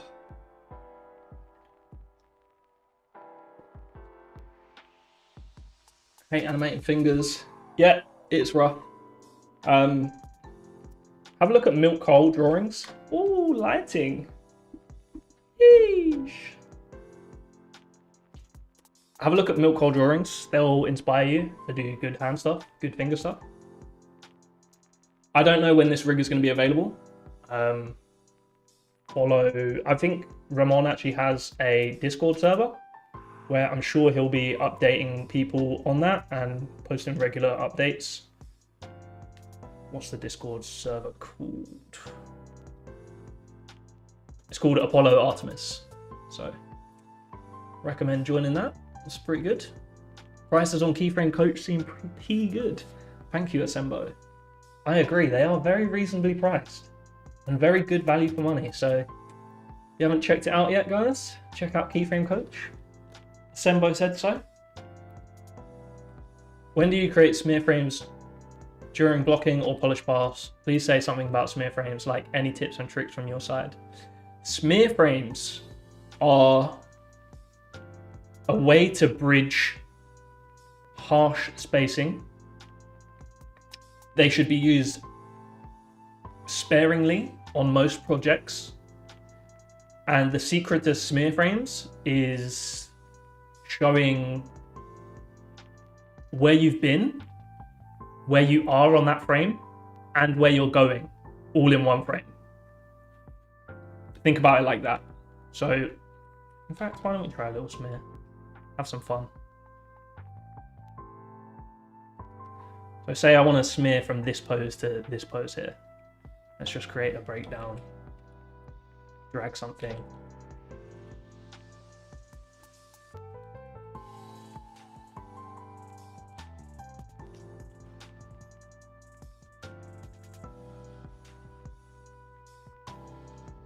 What am I doing? This is terrible. One sec. Delete that pose. Let's have a pose over here, and let's go over here.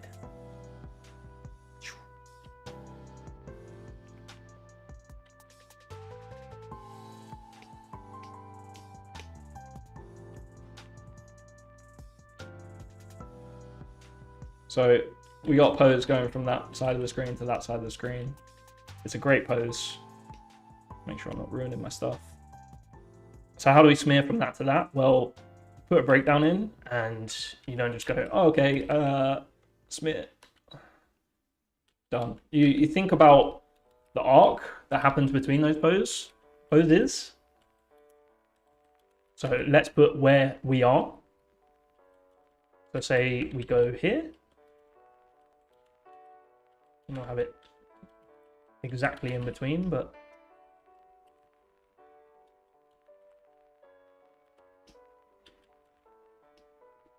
let's show where we've been.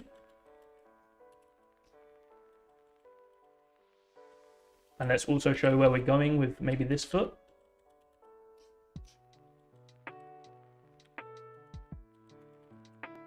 So where we've been.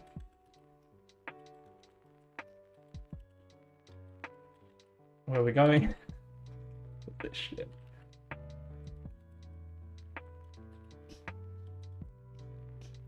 And it's just a shape. Just think about shape. We're bridging the gap between two different shapes. So whack everything into. So if I went over here, that would be wrong because I'm basically like going somewhere else other than where I've been or where we're going. See, so my spacing would like flash then if it went there, but putting it here makes much more sense. So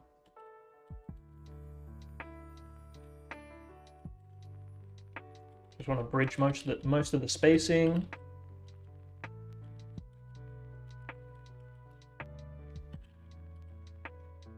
Let's try and maintain volume if we can. If we had stretch controls, oh, we do have this nice control. Let's show this off. Let's try and... It's like a breath control, super nice. Getting these to be able to scale would be nice. So I'm just creating a shape that's clear. I'm showing where I've been and where I'm going.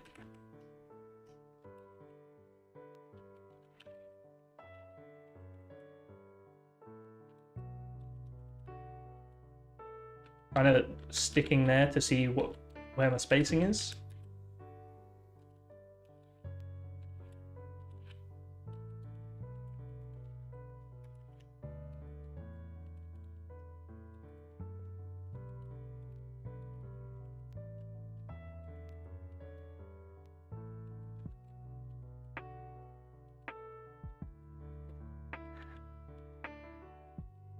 Okay, we went a bit too far, I think.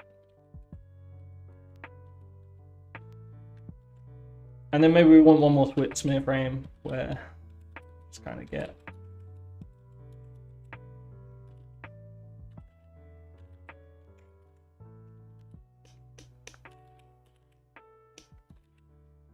just absolutely blast everything around.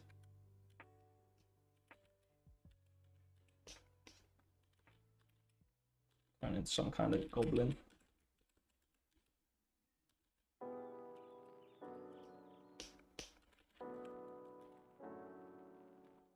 Be nice if there was a way to make this more arced with the head.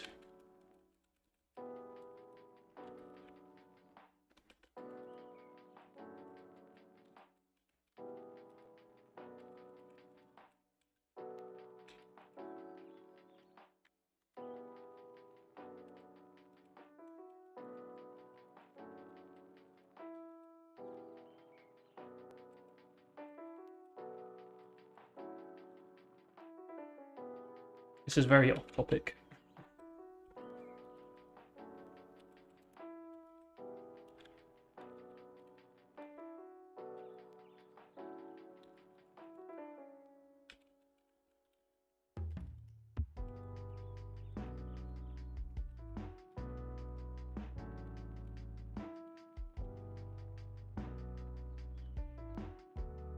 It's a bendy.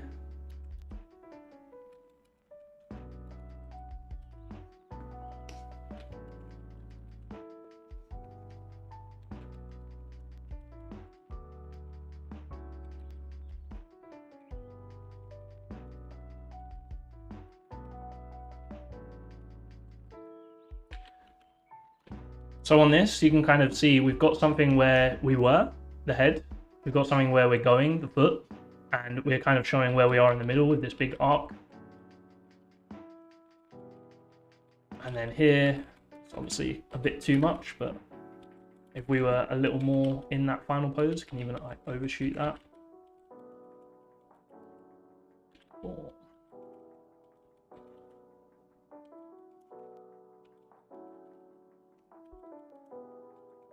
See, there's a lot of space in between there, so you might want to grab this and do something like this. Feeling a bit broken.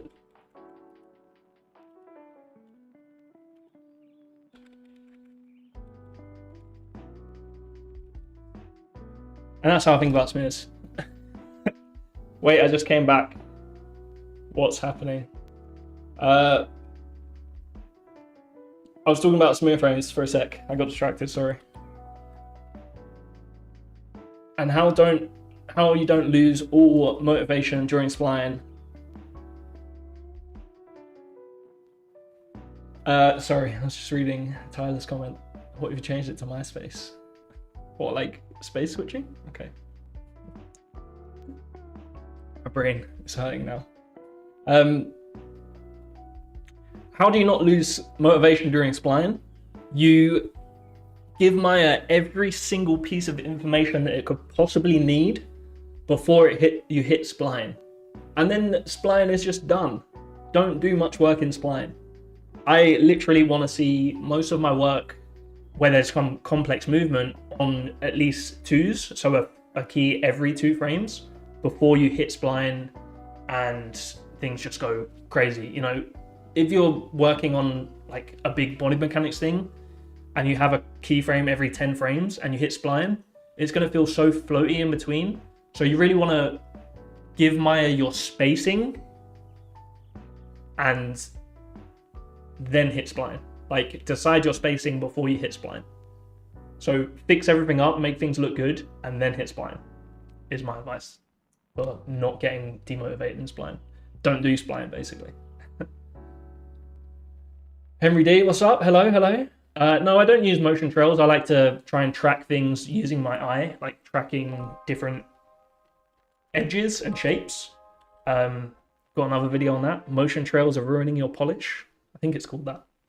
Check that out, and that's a more in-depth explanation. RS, I got distracted by someone saying about a smear. So, anyway, let's go back to where we were. We were finishing off this pose, I believe.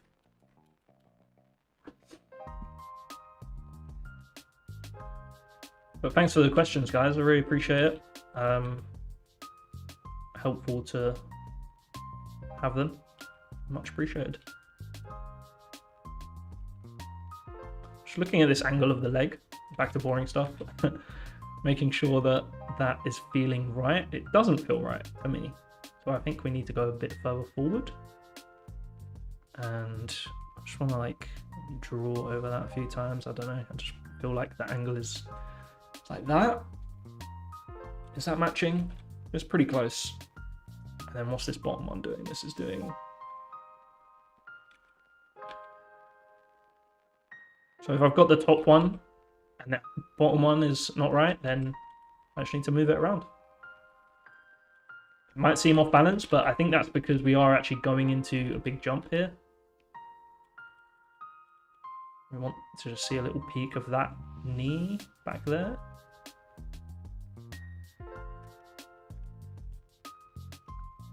What's going on here then?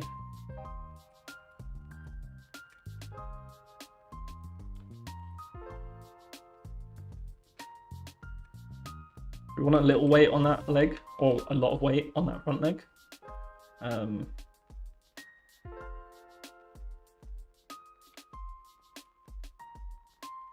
Also a nice angle. I don't like the straightness of the body there. So what is it doing? I think the weight has come, scrub through a bit. The weight is about to settle onto that leg, and we're about to transition into having all of the weight on there. It's honestly pretty... It's not... Like, the weight isn't super on this leg.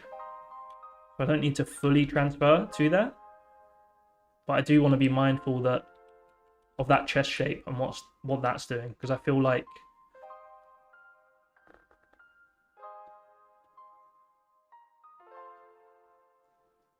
It's just got a bit more of an angle to it, like this. So let's have more of that. This might seem super pedantic and unimportant, but these are the kind of things which really make your life easier. So you don't have as bad of a time in spline, so you don't have as bad of a time in blocking. Okay. Just see if we're a bit too pushed here. Just seems like her butt cheek is kind of out too much right now. Maybe it needs to be a bit more sideways like this. And then we tweak the chest just to counter that. Just a smidge.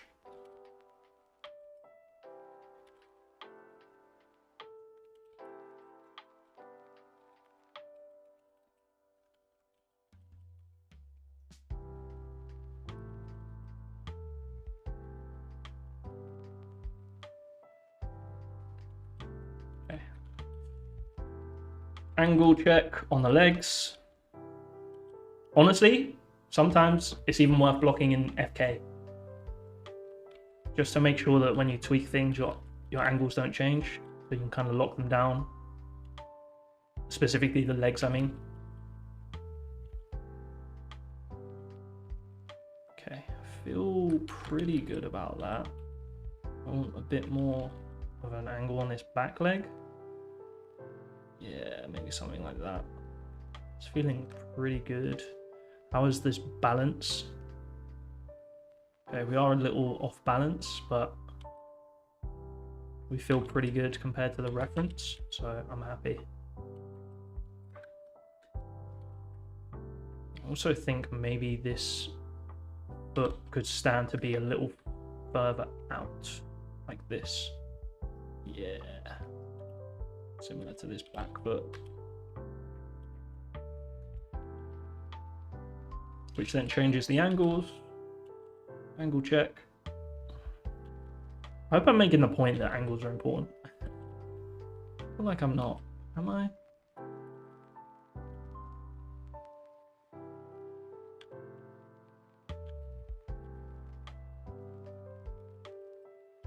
Alright, I'm ready to move on to from this pose. Ooh, what happened here?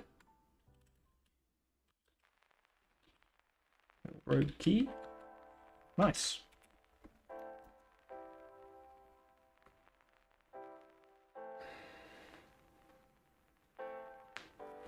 Do you have any advice to create better or stronger poses?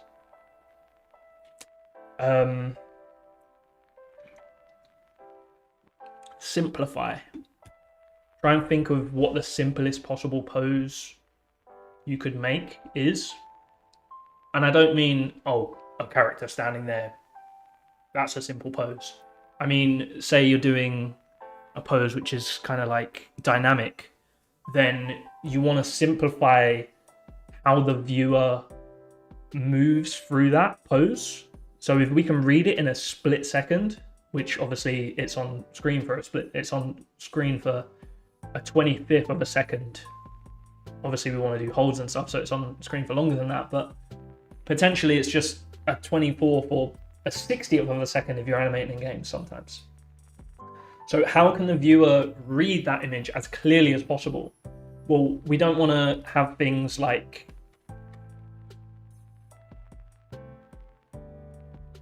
breaking the flow of the eye. So, for example, just kind of noticed as I was saying that these are pretty broken. So, you see how there's kind of a bit of a flow that we could improve, but there's a bit of a flow between the arms. This actually needs to maybe come down just a touch. It kind of has this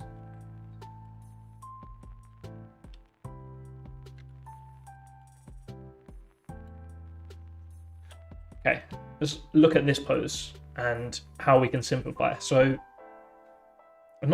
simplify. So let's take snipping tool. Where are you? Here you are. So this is a fairly easy pose to read. Could be slightly simpler if we just have a simpler line here. To me, that's a clearer pose because we have just one line here that kind of describes a lot. When I get more into the animation, I'll do things like try and have this as one simple line. So let's say I'm going to draw what I say as, like, I guess we could call them reading lines. Lines that our eyes have to move around to read the pose. So we have a line here, and kind of a line here, and then we get a little bump and then a line. We have a line, line, line. To me, that can be simplified to perhaps one line,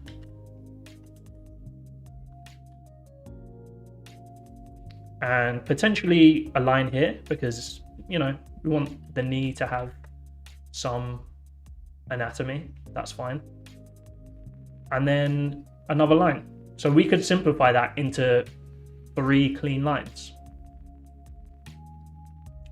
Similar thing here. We can just suggest this.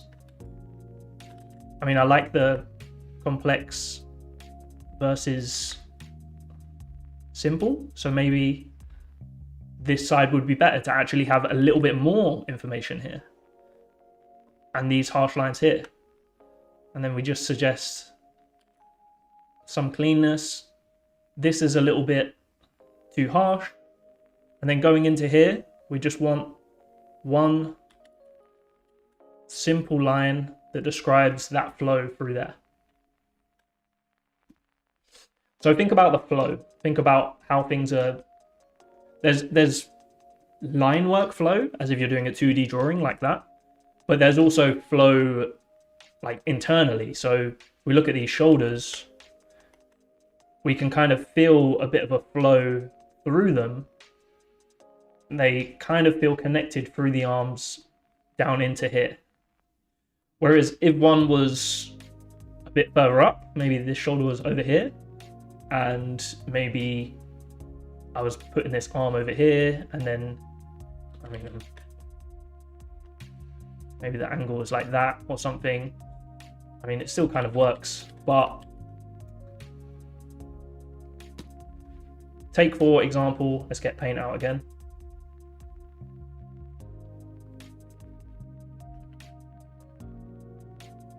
All right, we have calligraphy pen. So you have a guy, and say he's doing like a little fist, and then this arm is over here. If you just kind of go, okay, he's got an arm, and then he has an arm, and then he goes into this. The flow of this is not great. We can change that to be another little head.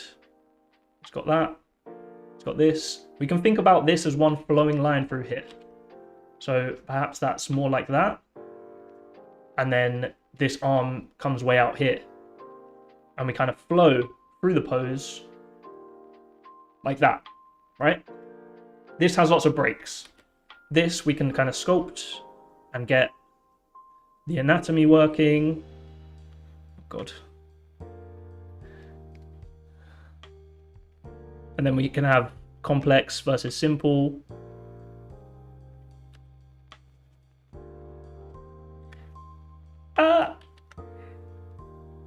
P. Okay, I've switched to a little pencil, but you understand what I mean. You can, what have I even drawn here? This is awful looking back at it. Okay. You get flow through the internal structures, you get flow through the outer structures as well. You want to simplify it if possible. That's a great way to improve your poses. There you go, little 15-minute tangent.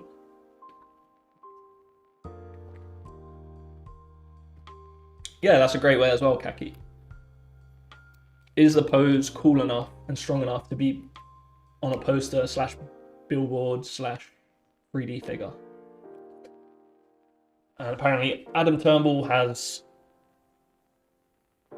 a great Well, it talks about something like that in a post-cycle demo with Agora. Oh, is that the one where he took loads of poses and like interpolated between them? That was super nice. Or he took like one pose and then animated out of that. That was nice. Adam Turnbull's a pretty talented animator for sure. All right, down poses. We've been here for over 2 hours and we're on pose 4.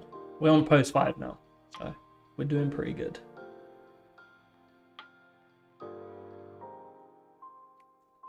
Okay, let's put in another pose. Now we start to get to use the poses that we already have. So when we have poses that are similar to other poses, we can use the angle. But another great thing that we can use is contrast. Contrast between our previous and next poses into the pose that we currently have.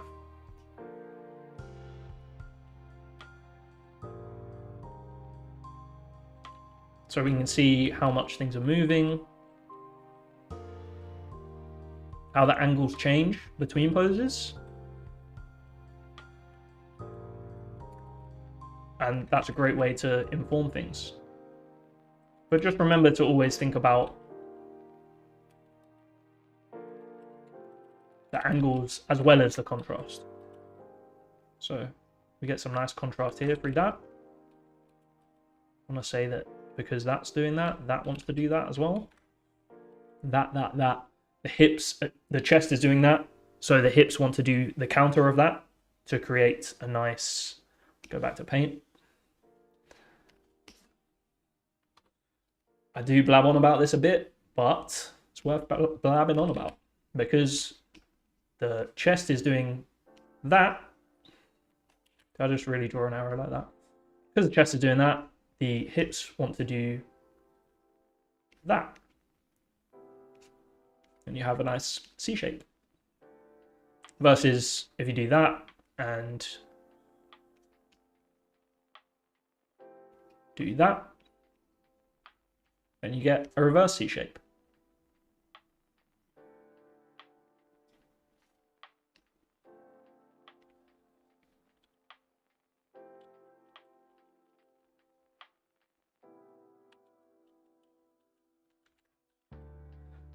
Really going to zoom in here and see what's happening in that root.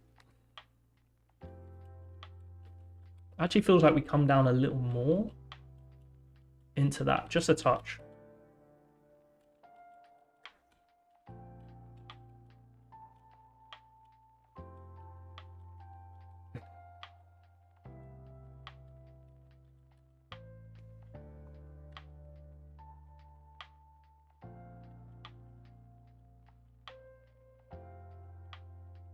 Let him cook. Let me cook, but also please ask questions. I appreciate it.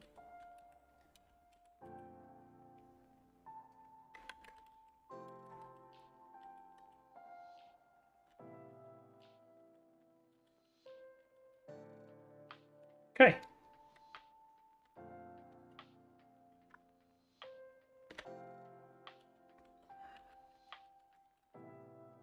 Head angle different.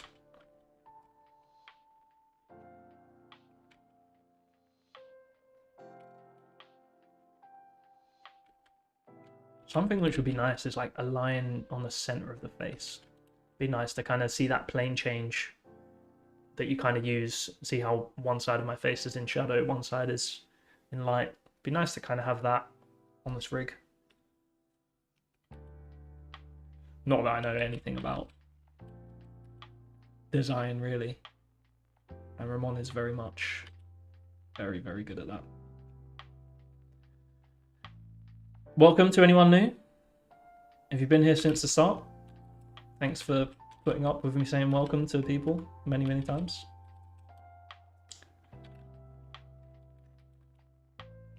Just having a play with this cool Minerva rig. Let's check the spelling as I said that. The latest rig from Ramon Arango, creator of Apollo and Artemis. Very excited to see the finished rig, but for now, we're looking at this work in progress rig, which has some obvious skinning things to work on, but it's more about looking at the controls for now and seeing how those are working.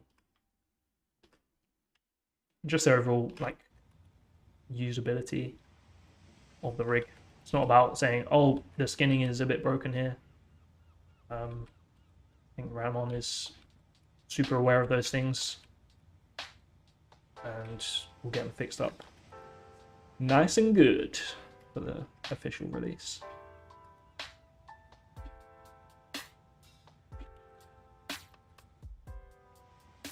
I'm assuming anyway. Might do a horrible job. Probably not though, let's be honest. Looking at the Apollo and Artemis rigs. Just kind of looking at this tip and tracking how that's moving. Actually, there's nice kind of out-in that happens in real life, in my reference.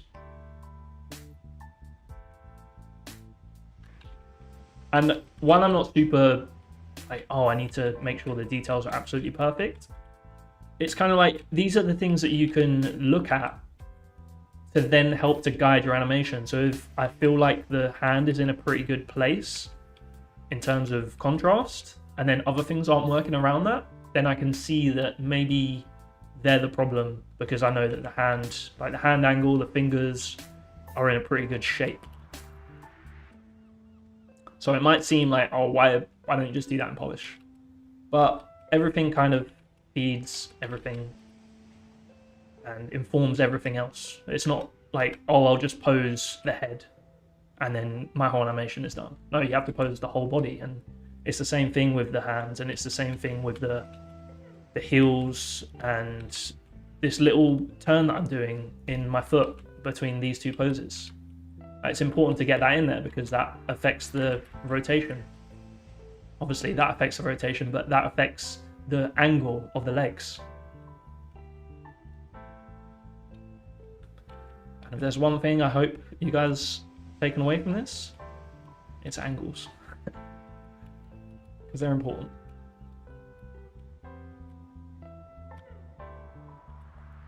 I'm not using the hock.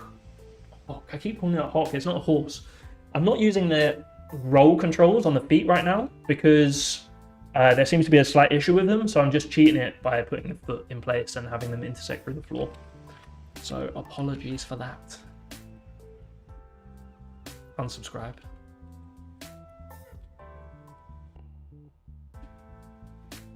I'm hoping to be a little more active.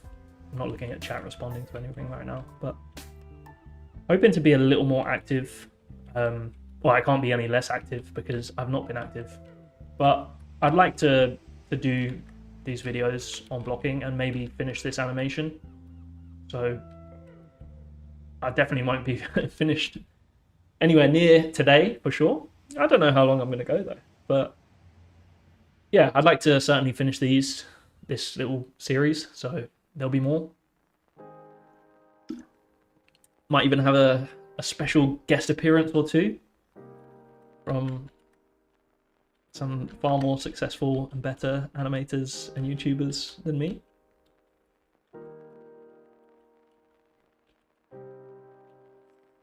But only of you guys are here to watch.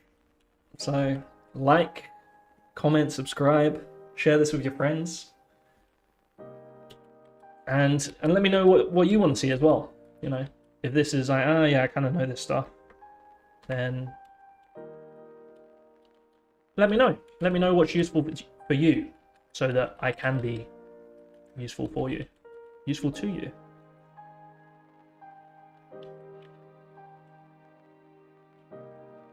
Not promising anything though. Not promising that you'll gain any value out of this, but if there's anyone who does and anyone who feels like they have, then that's good enough for me. All right. Feeling good about that hand and how that's reacting. Let's go ahead and do the other one while we're here. Kind of does a nice little dance around. Oh no, what have I done here? Maybe it's fine. Maybe it's fine. Okay, we'll maybe go with something less broken, like this.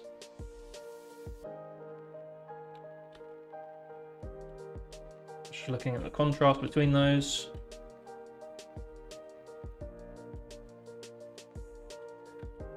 Can you guys hear the music, by the way? Let me guess, is it Chester? Cannot confirm or deny. Would hate to promise anything that I can't. He's a pretty busy guy. You never know. But if you guys would like to see that, let me know. This is somewhat of an effects question that I have personally. Cool, point answer that then. There is an effects guy in the chat, actually, possibly. Luigi, are you still here? Effects guru, Luigi. Houdini master, Luigi. I've noticed some animators will use things like slash effects, bullets, etc., but I haven't found too much info on that. Like the things made with planes or simple geometry. There's a great effects pack, which is just simple geometry, and you just kind of put it in and set a keyframe and it will do some effects. But it's like using planes and 3D objects to simulate the effect of... It's not simulating anything, it's like creating the effect of effects. But it's by Shadrach.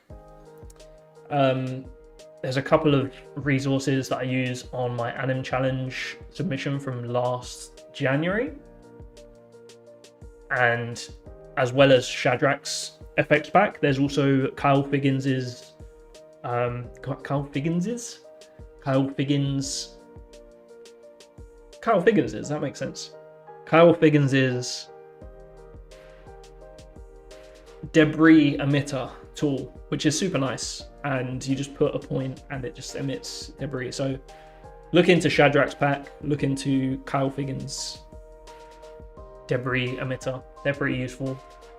And just have a Google, have a look on Twitter, ask people out there, ask other animators, collaborate with people, join some Discords, join the owenferny Discord, ask in there, who knows.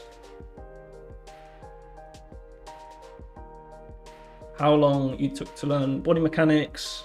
Struggling because there's always something new coming and I stopped practicing. Any suggestion on improving body mechanics? Just keep practicing. There's tons to learn, honestly. I feel like I'm still learning body mechanics for sure. I feel like I didn't really learn body mechanics properly. I kind of just learned some cheap way to move before I got to where I was working on Fortnite, where I had to learn body mechanics, and it was very polishy. It was a lot. But I got good at body mechanics and I understood things. It's just about making things make sense for you and asking for feedback. Maybe hiring a mentor, keyframecoach.com, potentially. But there's plenty of others out there as well. It's similar to the other one, you know, join communities, show your work, put your stuff out there, get feedback, apply those notes, apply the notes for sure.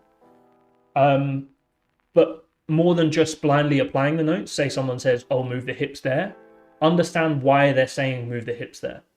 Now, if they're a good teacher, they should be explaining that. But sometimes we just get a note where it's like, oh, move the hips. And it's kind of your job then as an animator, especially if you're working professionally, to say, okay, I'm getting that note a few times, or I've had that note a few times. I now need to address that in all of my animation because it's getting embarrassing. I can't keep getting my hand held through these body mechanics. I've got to learn why I'm getting that note. So dig into it, try and make yourself understand, try and go to other people for help, try and look at online resources. Just body mechanics is hard and there's a lot to learn, but there's a good video on the owenferny YouTube channel. The 2 secrets to body mechanics. Well worth a watch. My first ever video. Still proud of it. Just because I feel like I kind of taught myself body mechanics through making that video. I was like, how do I animate body mechanics? And then I kind of had to put that down on paper, into a script, into a video. So not only does doing this stuff hopefully help at least one person out there, it also helps me to become a better teacher, become a better animator, understand what I'm doing better, which in turn makes me able to articulate myself, it makes me able to give notes, makes me able to guide people through their work, as well as being able to animate more efficiently, rather than going, where should this hip be? What should I be doing? What pose should I be taking from this reference? I know that. I have all of my stuff written out here. This is a down pose that I'm creating. I'm just going through and creating my down poses. I have a process. I've given myself a method. I'm teaching you guys a method as well, because that furthers my understanding of animation, as well as hopefully helping you guys. But that's secondary. It's purely for selfish purposes.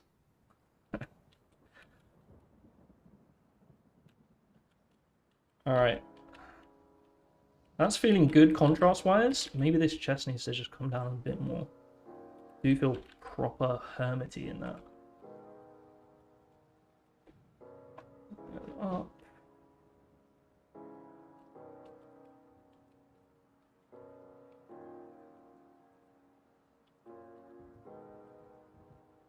Oh. Something I'm noticing in this, which I somehow didn't catch. My hand is in front of my thigh. It might look fine, and I'm like, okay. But it's not. It's going to cause issues, and it's something I need to fix.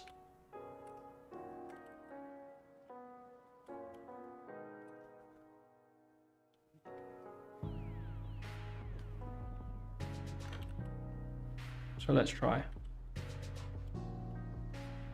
Alright, I'm going to create another pose.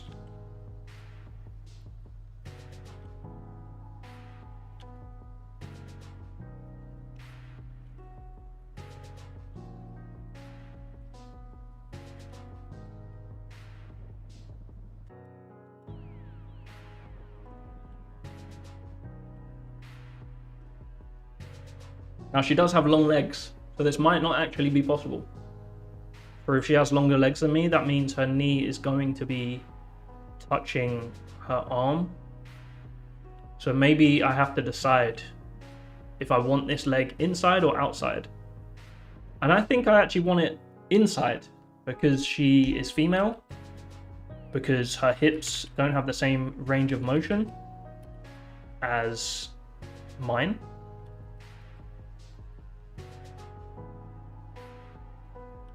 So what does that look like?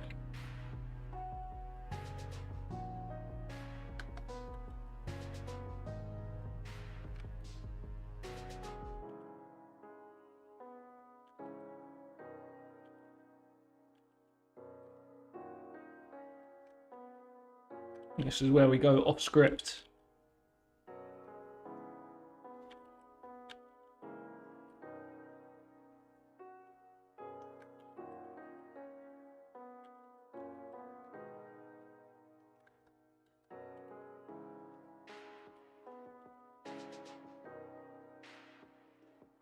What's that under the fuck? I don't want to see that.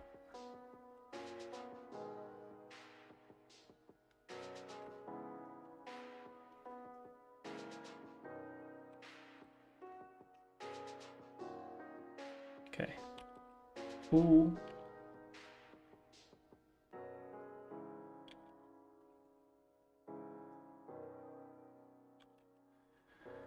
Okay. In real life, there would be some collision probably. So I'm fine with a little bit of penetration between the arm and the leg. probably not this much. So we're trying to find a balance here. And I have the old pose to go back to.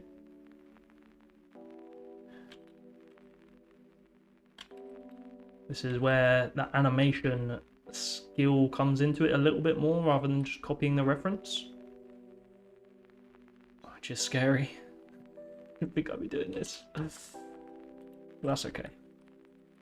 We will do what needs to happen.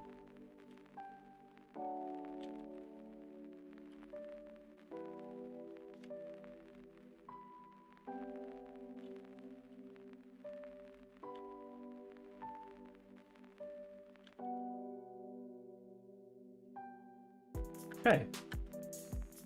We saved it. She definitely feels more feminine because of moving those legs in. Not a huge fan of this leg angle that we're getting now, but I guess it makes sense.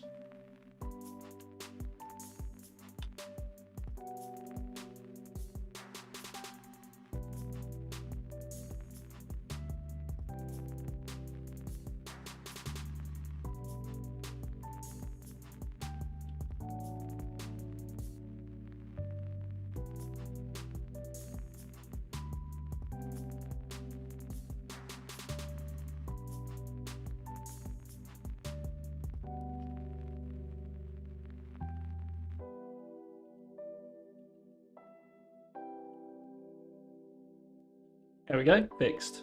Just hide it. Nice. And we're feminine. All of a sudden.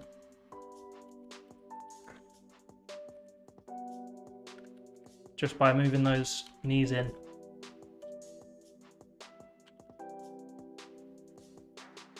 Could be too much. We'll see. It needs to have a bit more of that, and just a touch more out.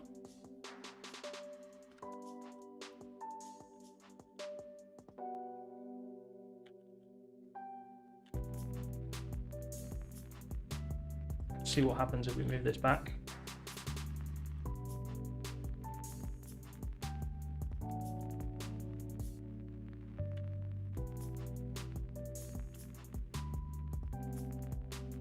Women do have more flexibility, so having a bit more angle does make sense in the leg.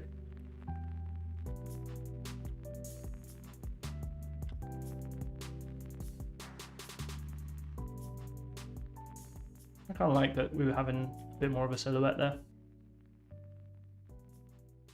It does feel a little clunkier though. Maybe this needs to move back then. Okay, we'll stick with that for now. Before, after. I'm going to do a cool trick here where I've changed this pose.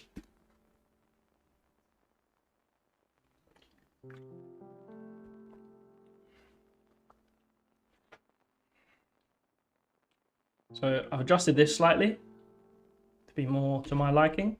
Now I was happy with the contrast between these two. So all I'm going to do is grab them both.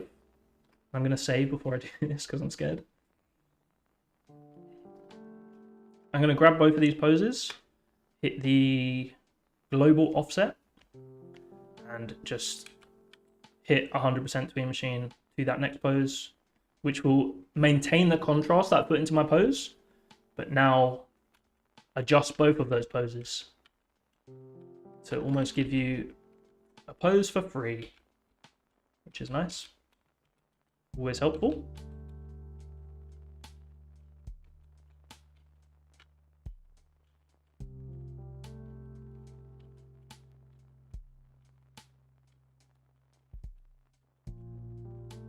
Okay, so there's a definite error here with this.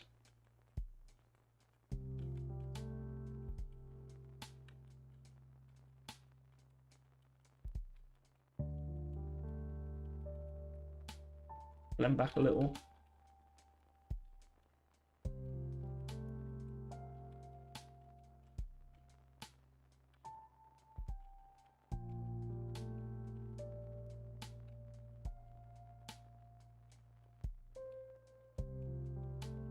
I'm looking at how this knee is moving See how in the reference it's moving down, and in my animation it's moving up? We have to figure out why that is. That could be why.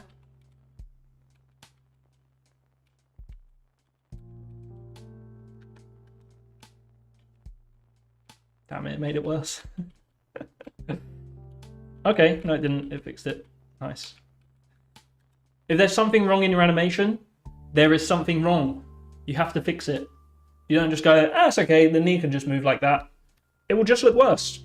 If you're not paying attention to your reference, you're not using the actual like free guidance that you have. Maybe it's not free, maybe you had to pay someone to do reference, or never heard of that, that's a bit weird. If you're not using a reference like that, like going, oh, okay, why is this knee moving wrong? Then you're just going to have someone else tell you that that's wrong, or you're going to have to pay someone to sit there and figure out, huh, something feels odd here. Oh, maybe it's because this is happening, which is then affecting the knee, which feels a bit strange, because if she's coming forward, the knee should be going down, but it's not, it's coming up. So just be honest with yourself. Okay, the knee should be moving in this way between these poses, and it's not. Why is that? And then go in, do some investigation. Could be because you had a problem like I just had, or something else is affecting that. Everything is connected. So go through, be honest with yourself, make sure that you fix stuff that's broken. If you want, don't have to do good animation. No, it's not about doing good animation or bad animation. It's about learning what the correct anatomically right way to do body mechanics is, so that then you can break that stuff to create better animation, to create the illusion of life in whatever you are doing. Learn what's right before you go ahead and start breaking things.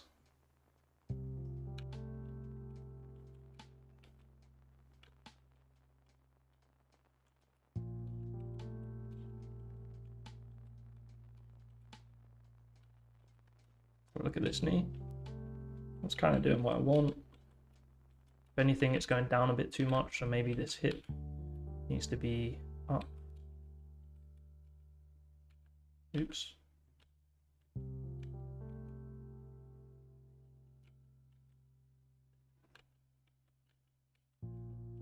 Just kind of drives forward a bit.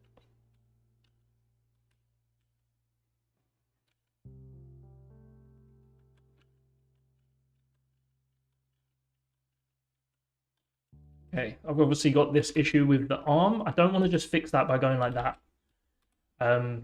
It's not going to give me what I want. There's a slight down in the shoulder. I'm actually going to put it to exactly what that is. There's maybe this much down in the shoulder. Maybe even it comes forward a bit. If that doesn't fix it, I need to start looking at the chest. I need to see what that's doing and figure out why that's not giving me what I want. So just going to kind of look at the area of the shoulder. How is that moving? Sorry, not the area of the shoulder, the area of the chest. It's actually coming up. I feel like mine isn't coming up that much. And it needs to.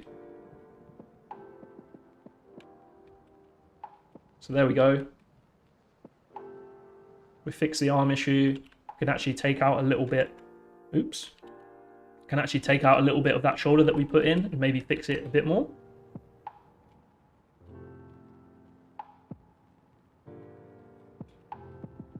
I think this is going a bit too much. Oops. Just looking at this. It was a bit broken here to me. Let's try and not break that.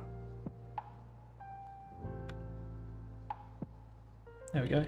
I just blended to the next pose and kind of gave me what I wanted. Nice. Oops. Oops and oops. Oops, oops. So how much is this moving up? Maybe a little bit more than I want, so we'll fix that.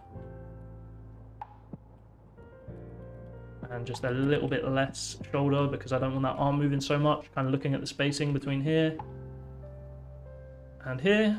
It's not actually changing a massive amount, so maybe don't select that mode. Select object mode. Maybe this needs to come forward a bit. I'm gonna guess that the other arm is doing something similar. See how, if I look at this point, it's kind of coming forward rather than up or down. It's coming up slightly.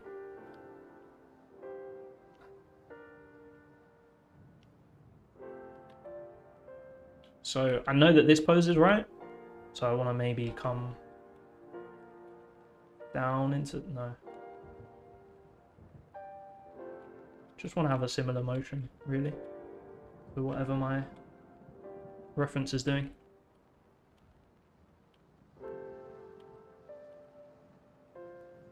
Okay. And considering we already had the pose there, it took a while to get that pose. But I'm still not actually that happy with it. It's handy to change perspectives as well. I've just zoomed out and I'm seeing everything as like one whole, reading it as one picture. Gives you a new perspective.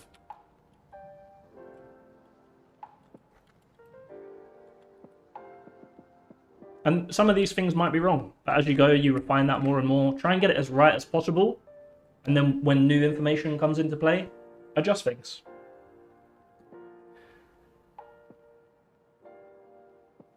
Hi from Morocco. Thank you for all the knowledge. I'm a physiotherapist. I think the elbow is in hyperextension. Fair enough.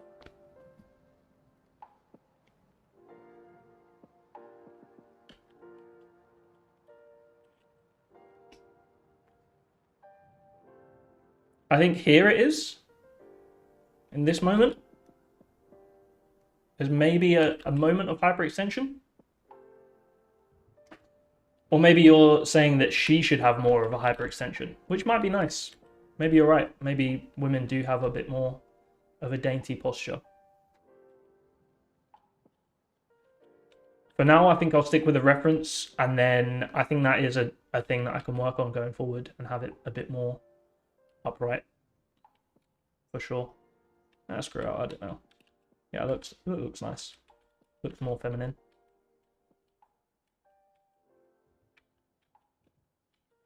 Okay, there's some weird movement here in the hand.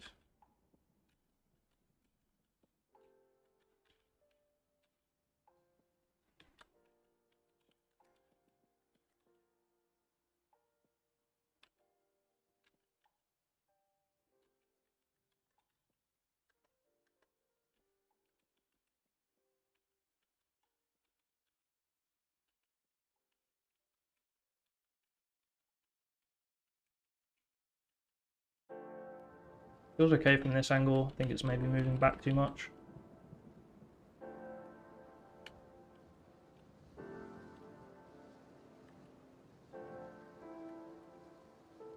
Okay, that's feeling a bit more connected now. We'll go in and fix this.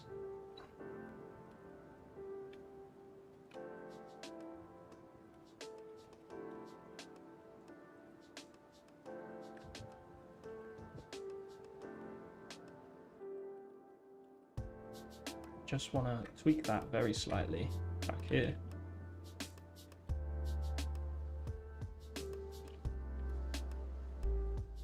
Because I think actually I'm doing the opposite in my reference.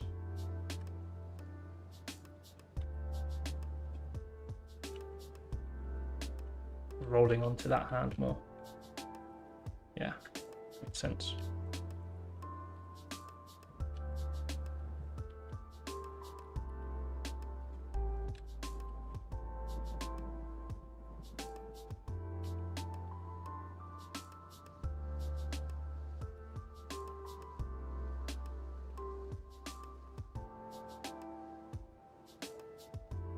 Okay, call that a dumb pose.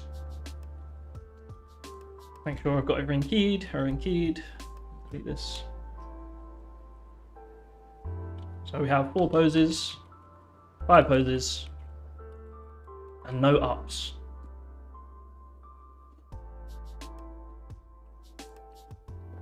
Let's add some ups. It's getting hot in here. Woo!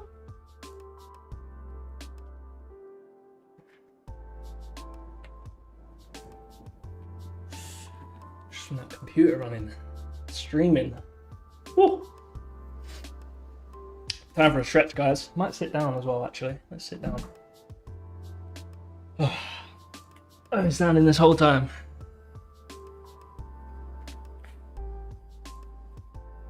Everyone stretch. Oh, feels good. Nice.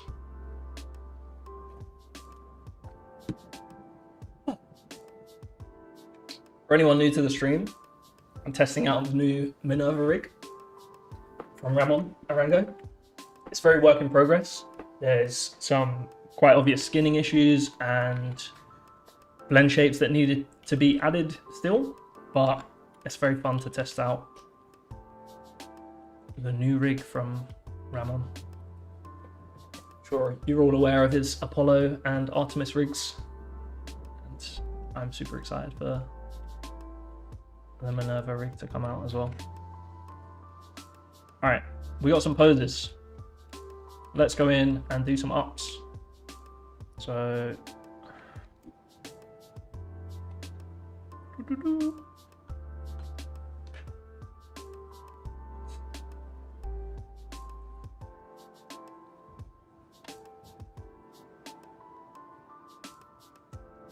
we've gone in and done, not the select tool, thank you. Gone in and done some down poses on various keyframes. And honestly, playing it through, this is not something you could show a director. It has no, it just doesn't have any information in it. A flip happens in between these poses. Like, how can you show this, right? So the reason I didn't go from down pose to up pose to down pose to up pose to down pose to up pose is because I want to be using information from here and here combined together to get information for that up pose, which essentially gives me free information. It's kind of beautiful as you get further along in your animation, it becomes quicker and quicker to add your key poses. So now that I'm going to add these ups, they won't take nearly as long as it took to add those downs. I mean, they'll still take time because they're key poses, they're extremes. I mean, I'm not going to get a ton of information from those 2 poses on this pose, but I'm sure I will for a pose like this in between these 2 poses.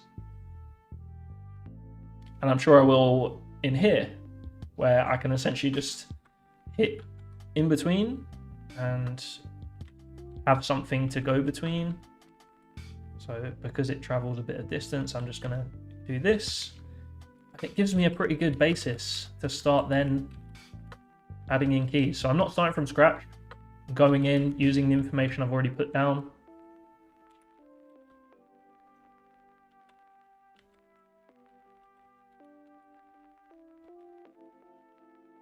Okay, so that is firmly planted. Again, I'm just going pose to pose, seeing what the contrast is.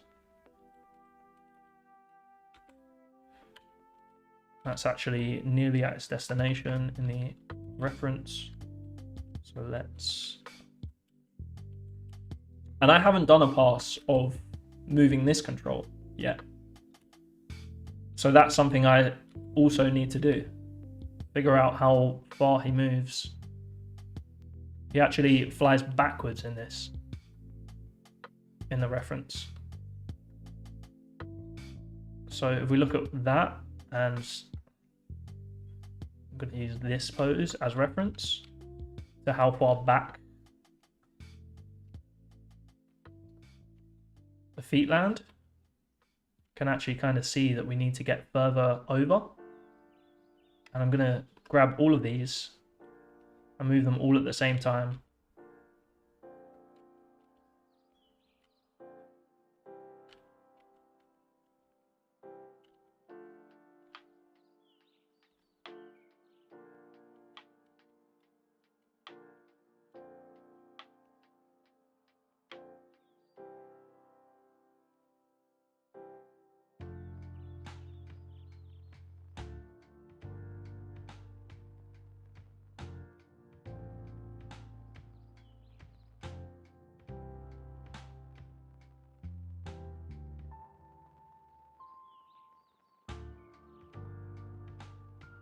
Cool.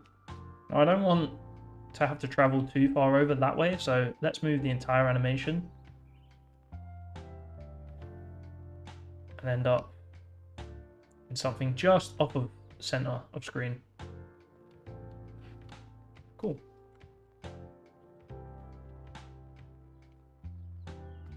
So I actually have a fair amount of distance to travel between these poses, but I want to try and get the right feel for these ones. So I could look at this and say, okay, this foot needs to stay in exactly the same position, and this foot needs to be nearly at its destination. So then I can do that, but it doesn't feel right because we're missing the angles. So something is wrong that we need to figure out as animators. So if I focus on the angle first, and what's going on with that, of all of this, we can then put that in the right position to match both foot positions better after we make sure that the angles are working well.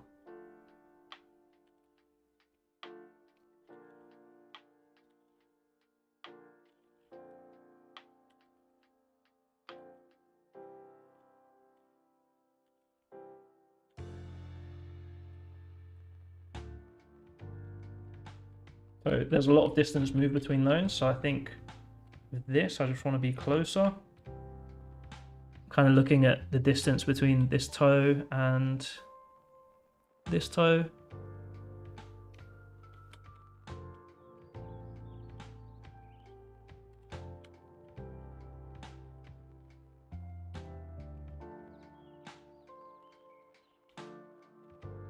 Okay, and now we can grab this foot,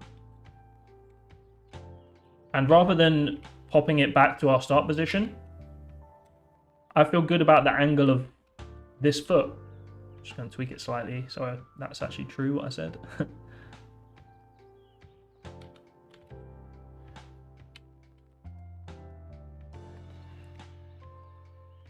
Let's check this.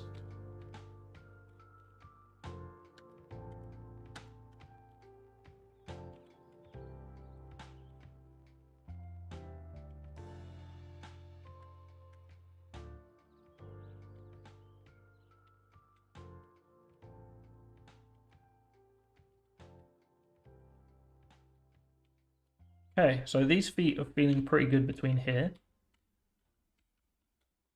but they don't feel right there because we're sliding a bit. So I'm going to put this, I'm going to move this until this foot feels like it's not sliding very much. Doesn't have to be perfect, just kind of by eye.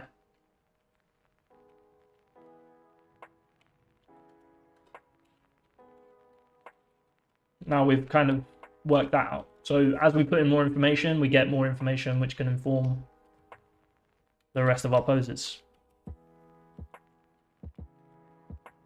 And I wasn't even thinking too much about the hip there, like how that is going up and down. But naturally, it's gone up and down because it has to for the mechanics to work, for the angles of the feet to work. Could be a little far forward here.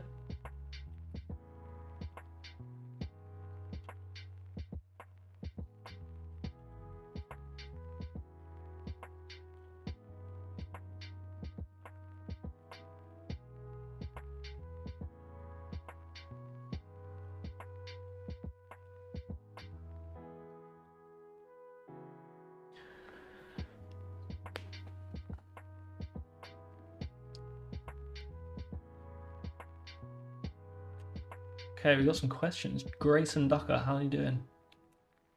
In your process, do you normally block using the master or offset controls and then bake the cog and stuff down to wall space? Yeah, that's exactly what I do using Alimbot. Find it easier to work in wall space from the start and keep the master control static. Well, I think I just demonstrated that. I don't care too much what I move. I just move things around.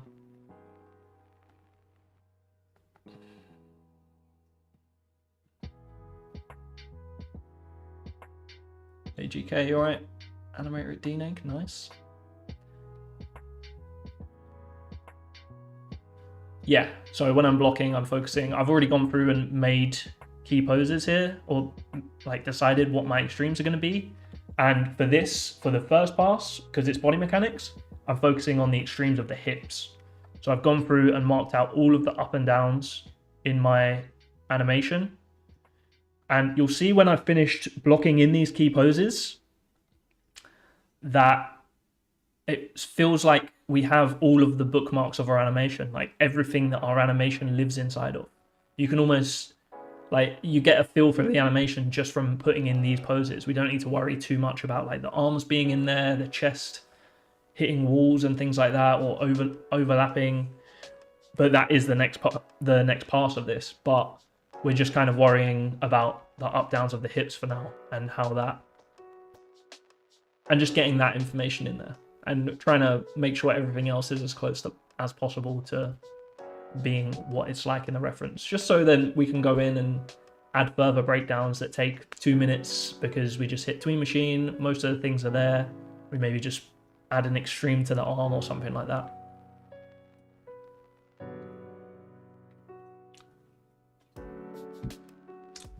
Mate, how you doing?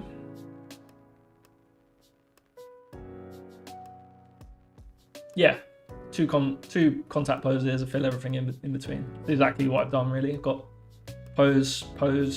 I mean, I'm not looking at contacts, I'm looking at up downs of the in between, but that kind of gives me information to feed off of to then create this pose in between. And you can kind of see the rest of it is starting to take shape, even without setting any keys.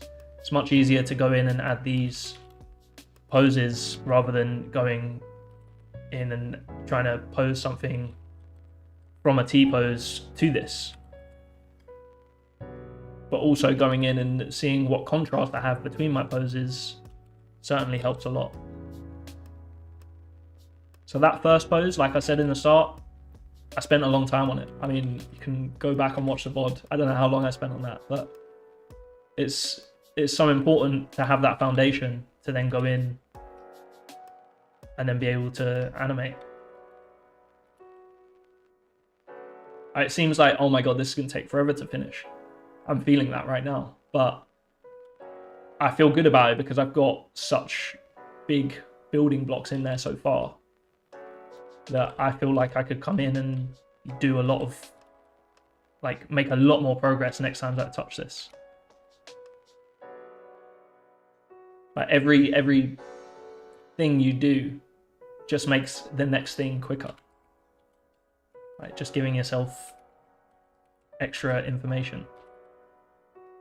It's like a puzzle, and every piece you put in, you just get a little closer to the final image, and you have less and less pieces of the puzzle to put in. Or it's not even that, it's easier to find where those pieces go because you have the bigger picture starting to form in front of your eyes.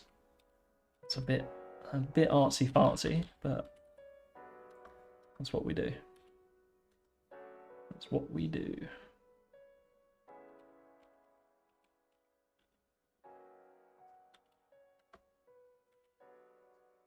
Trying to make sure I'm getting the depth of that arm right, so that we're not just cheating that, because we kind of go up there. If I just left it as this, it wouldn't really make too much sense, but obviously want some length to that, so we go up.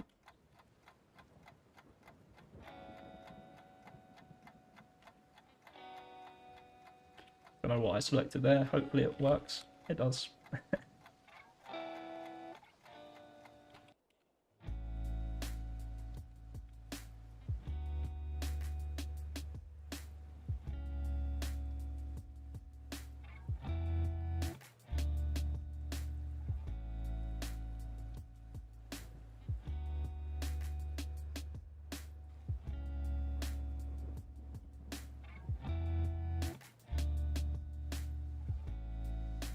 I want to stay more upright, I think, in this pose. Then start to go down into that.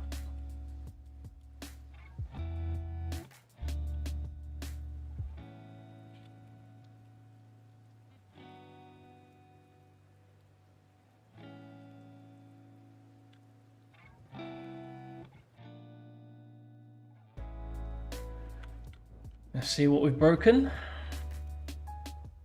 Not too much.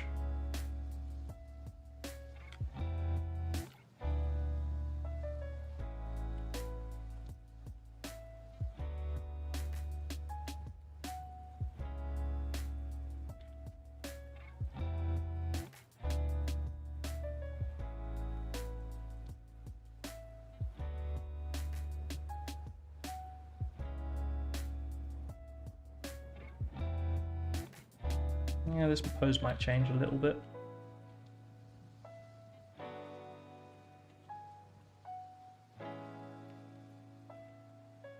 Is the hip up and down always giving you your key poses in body mechanics?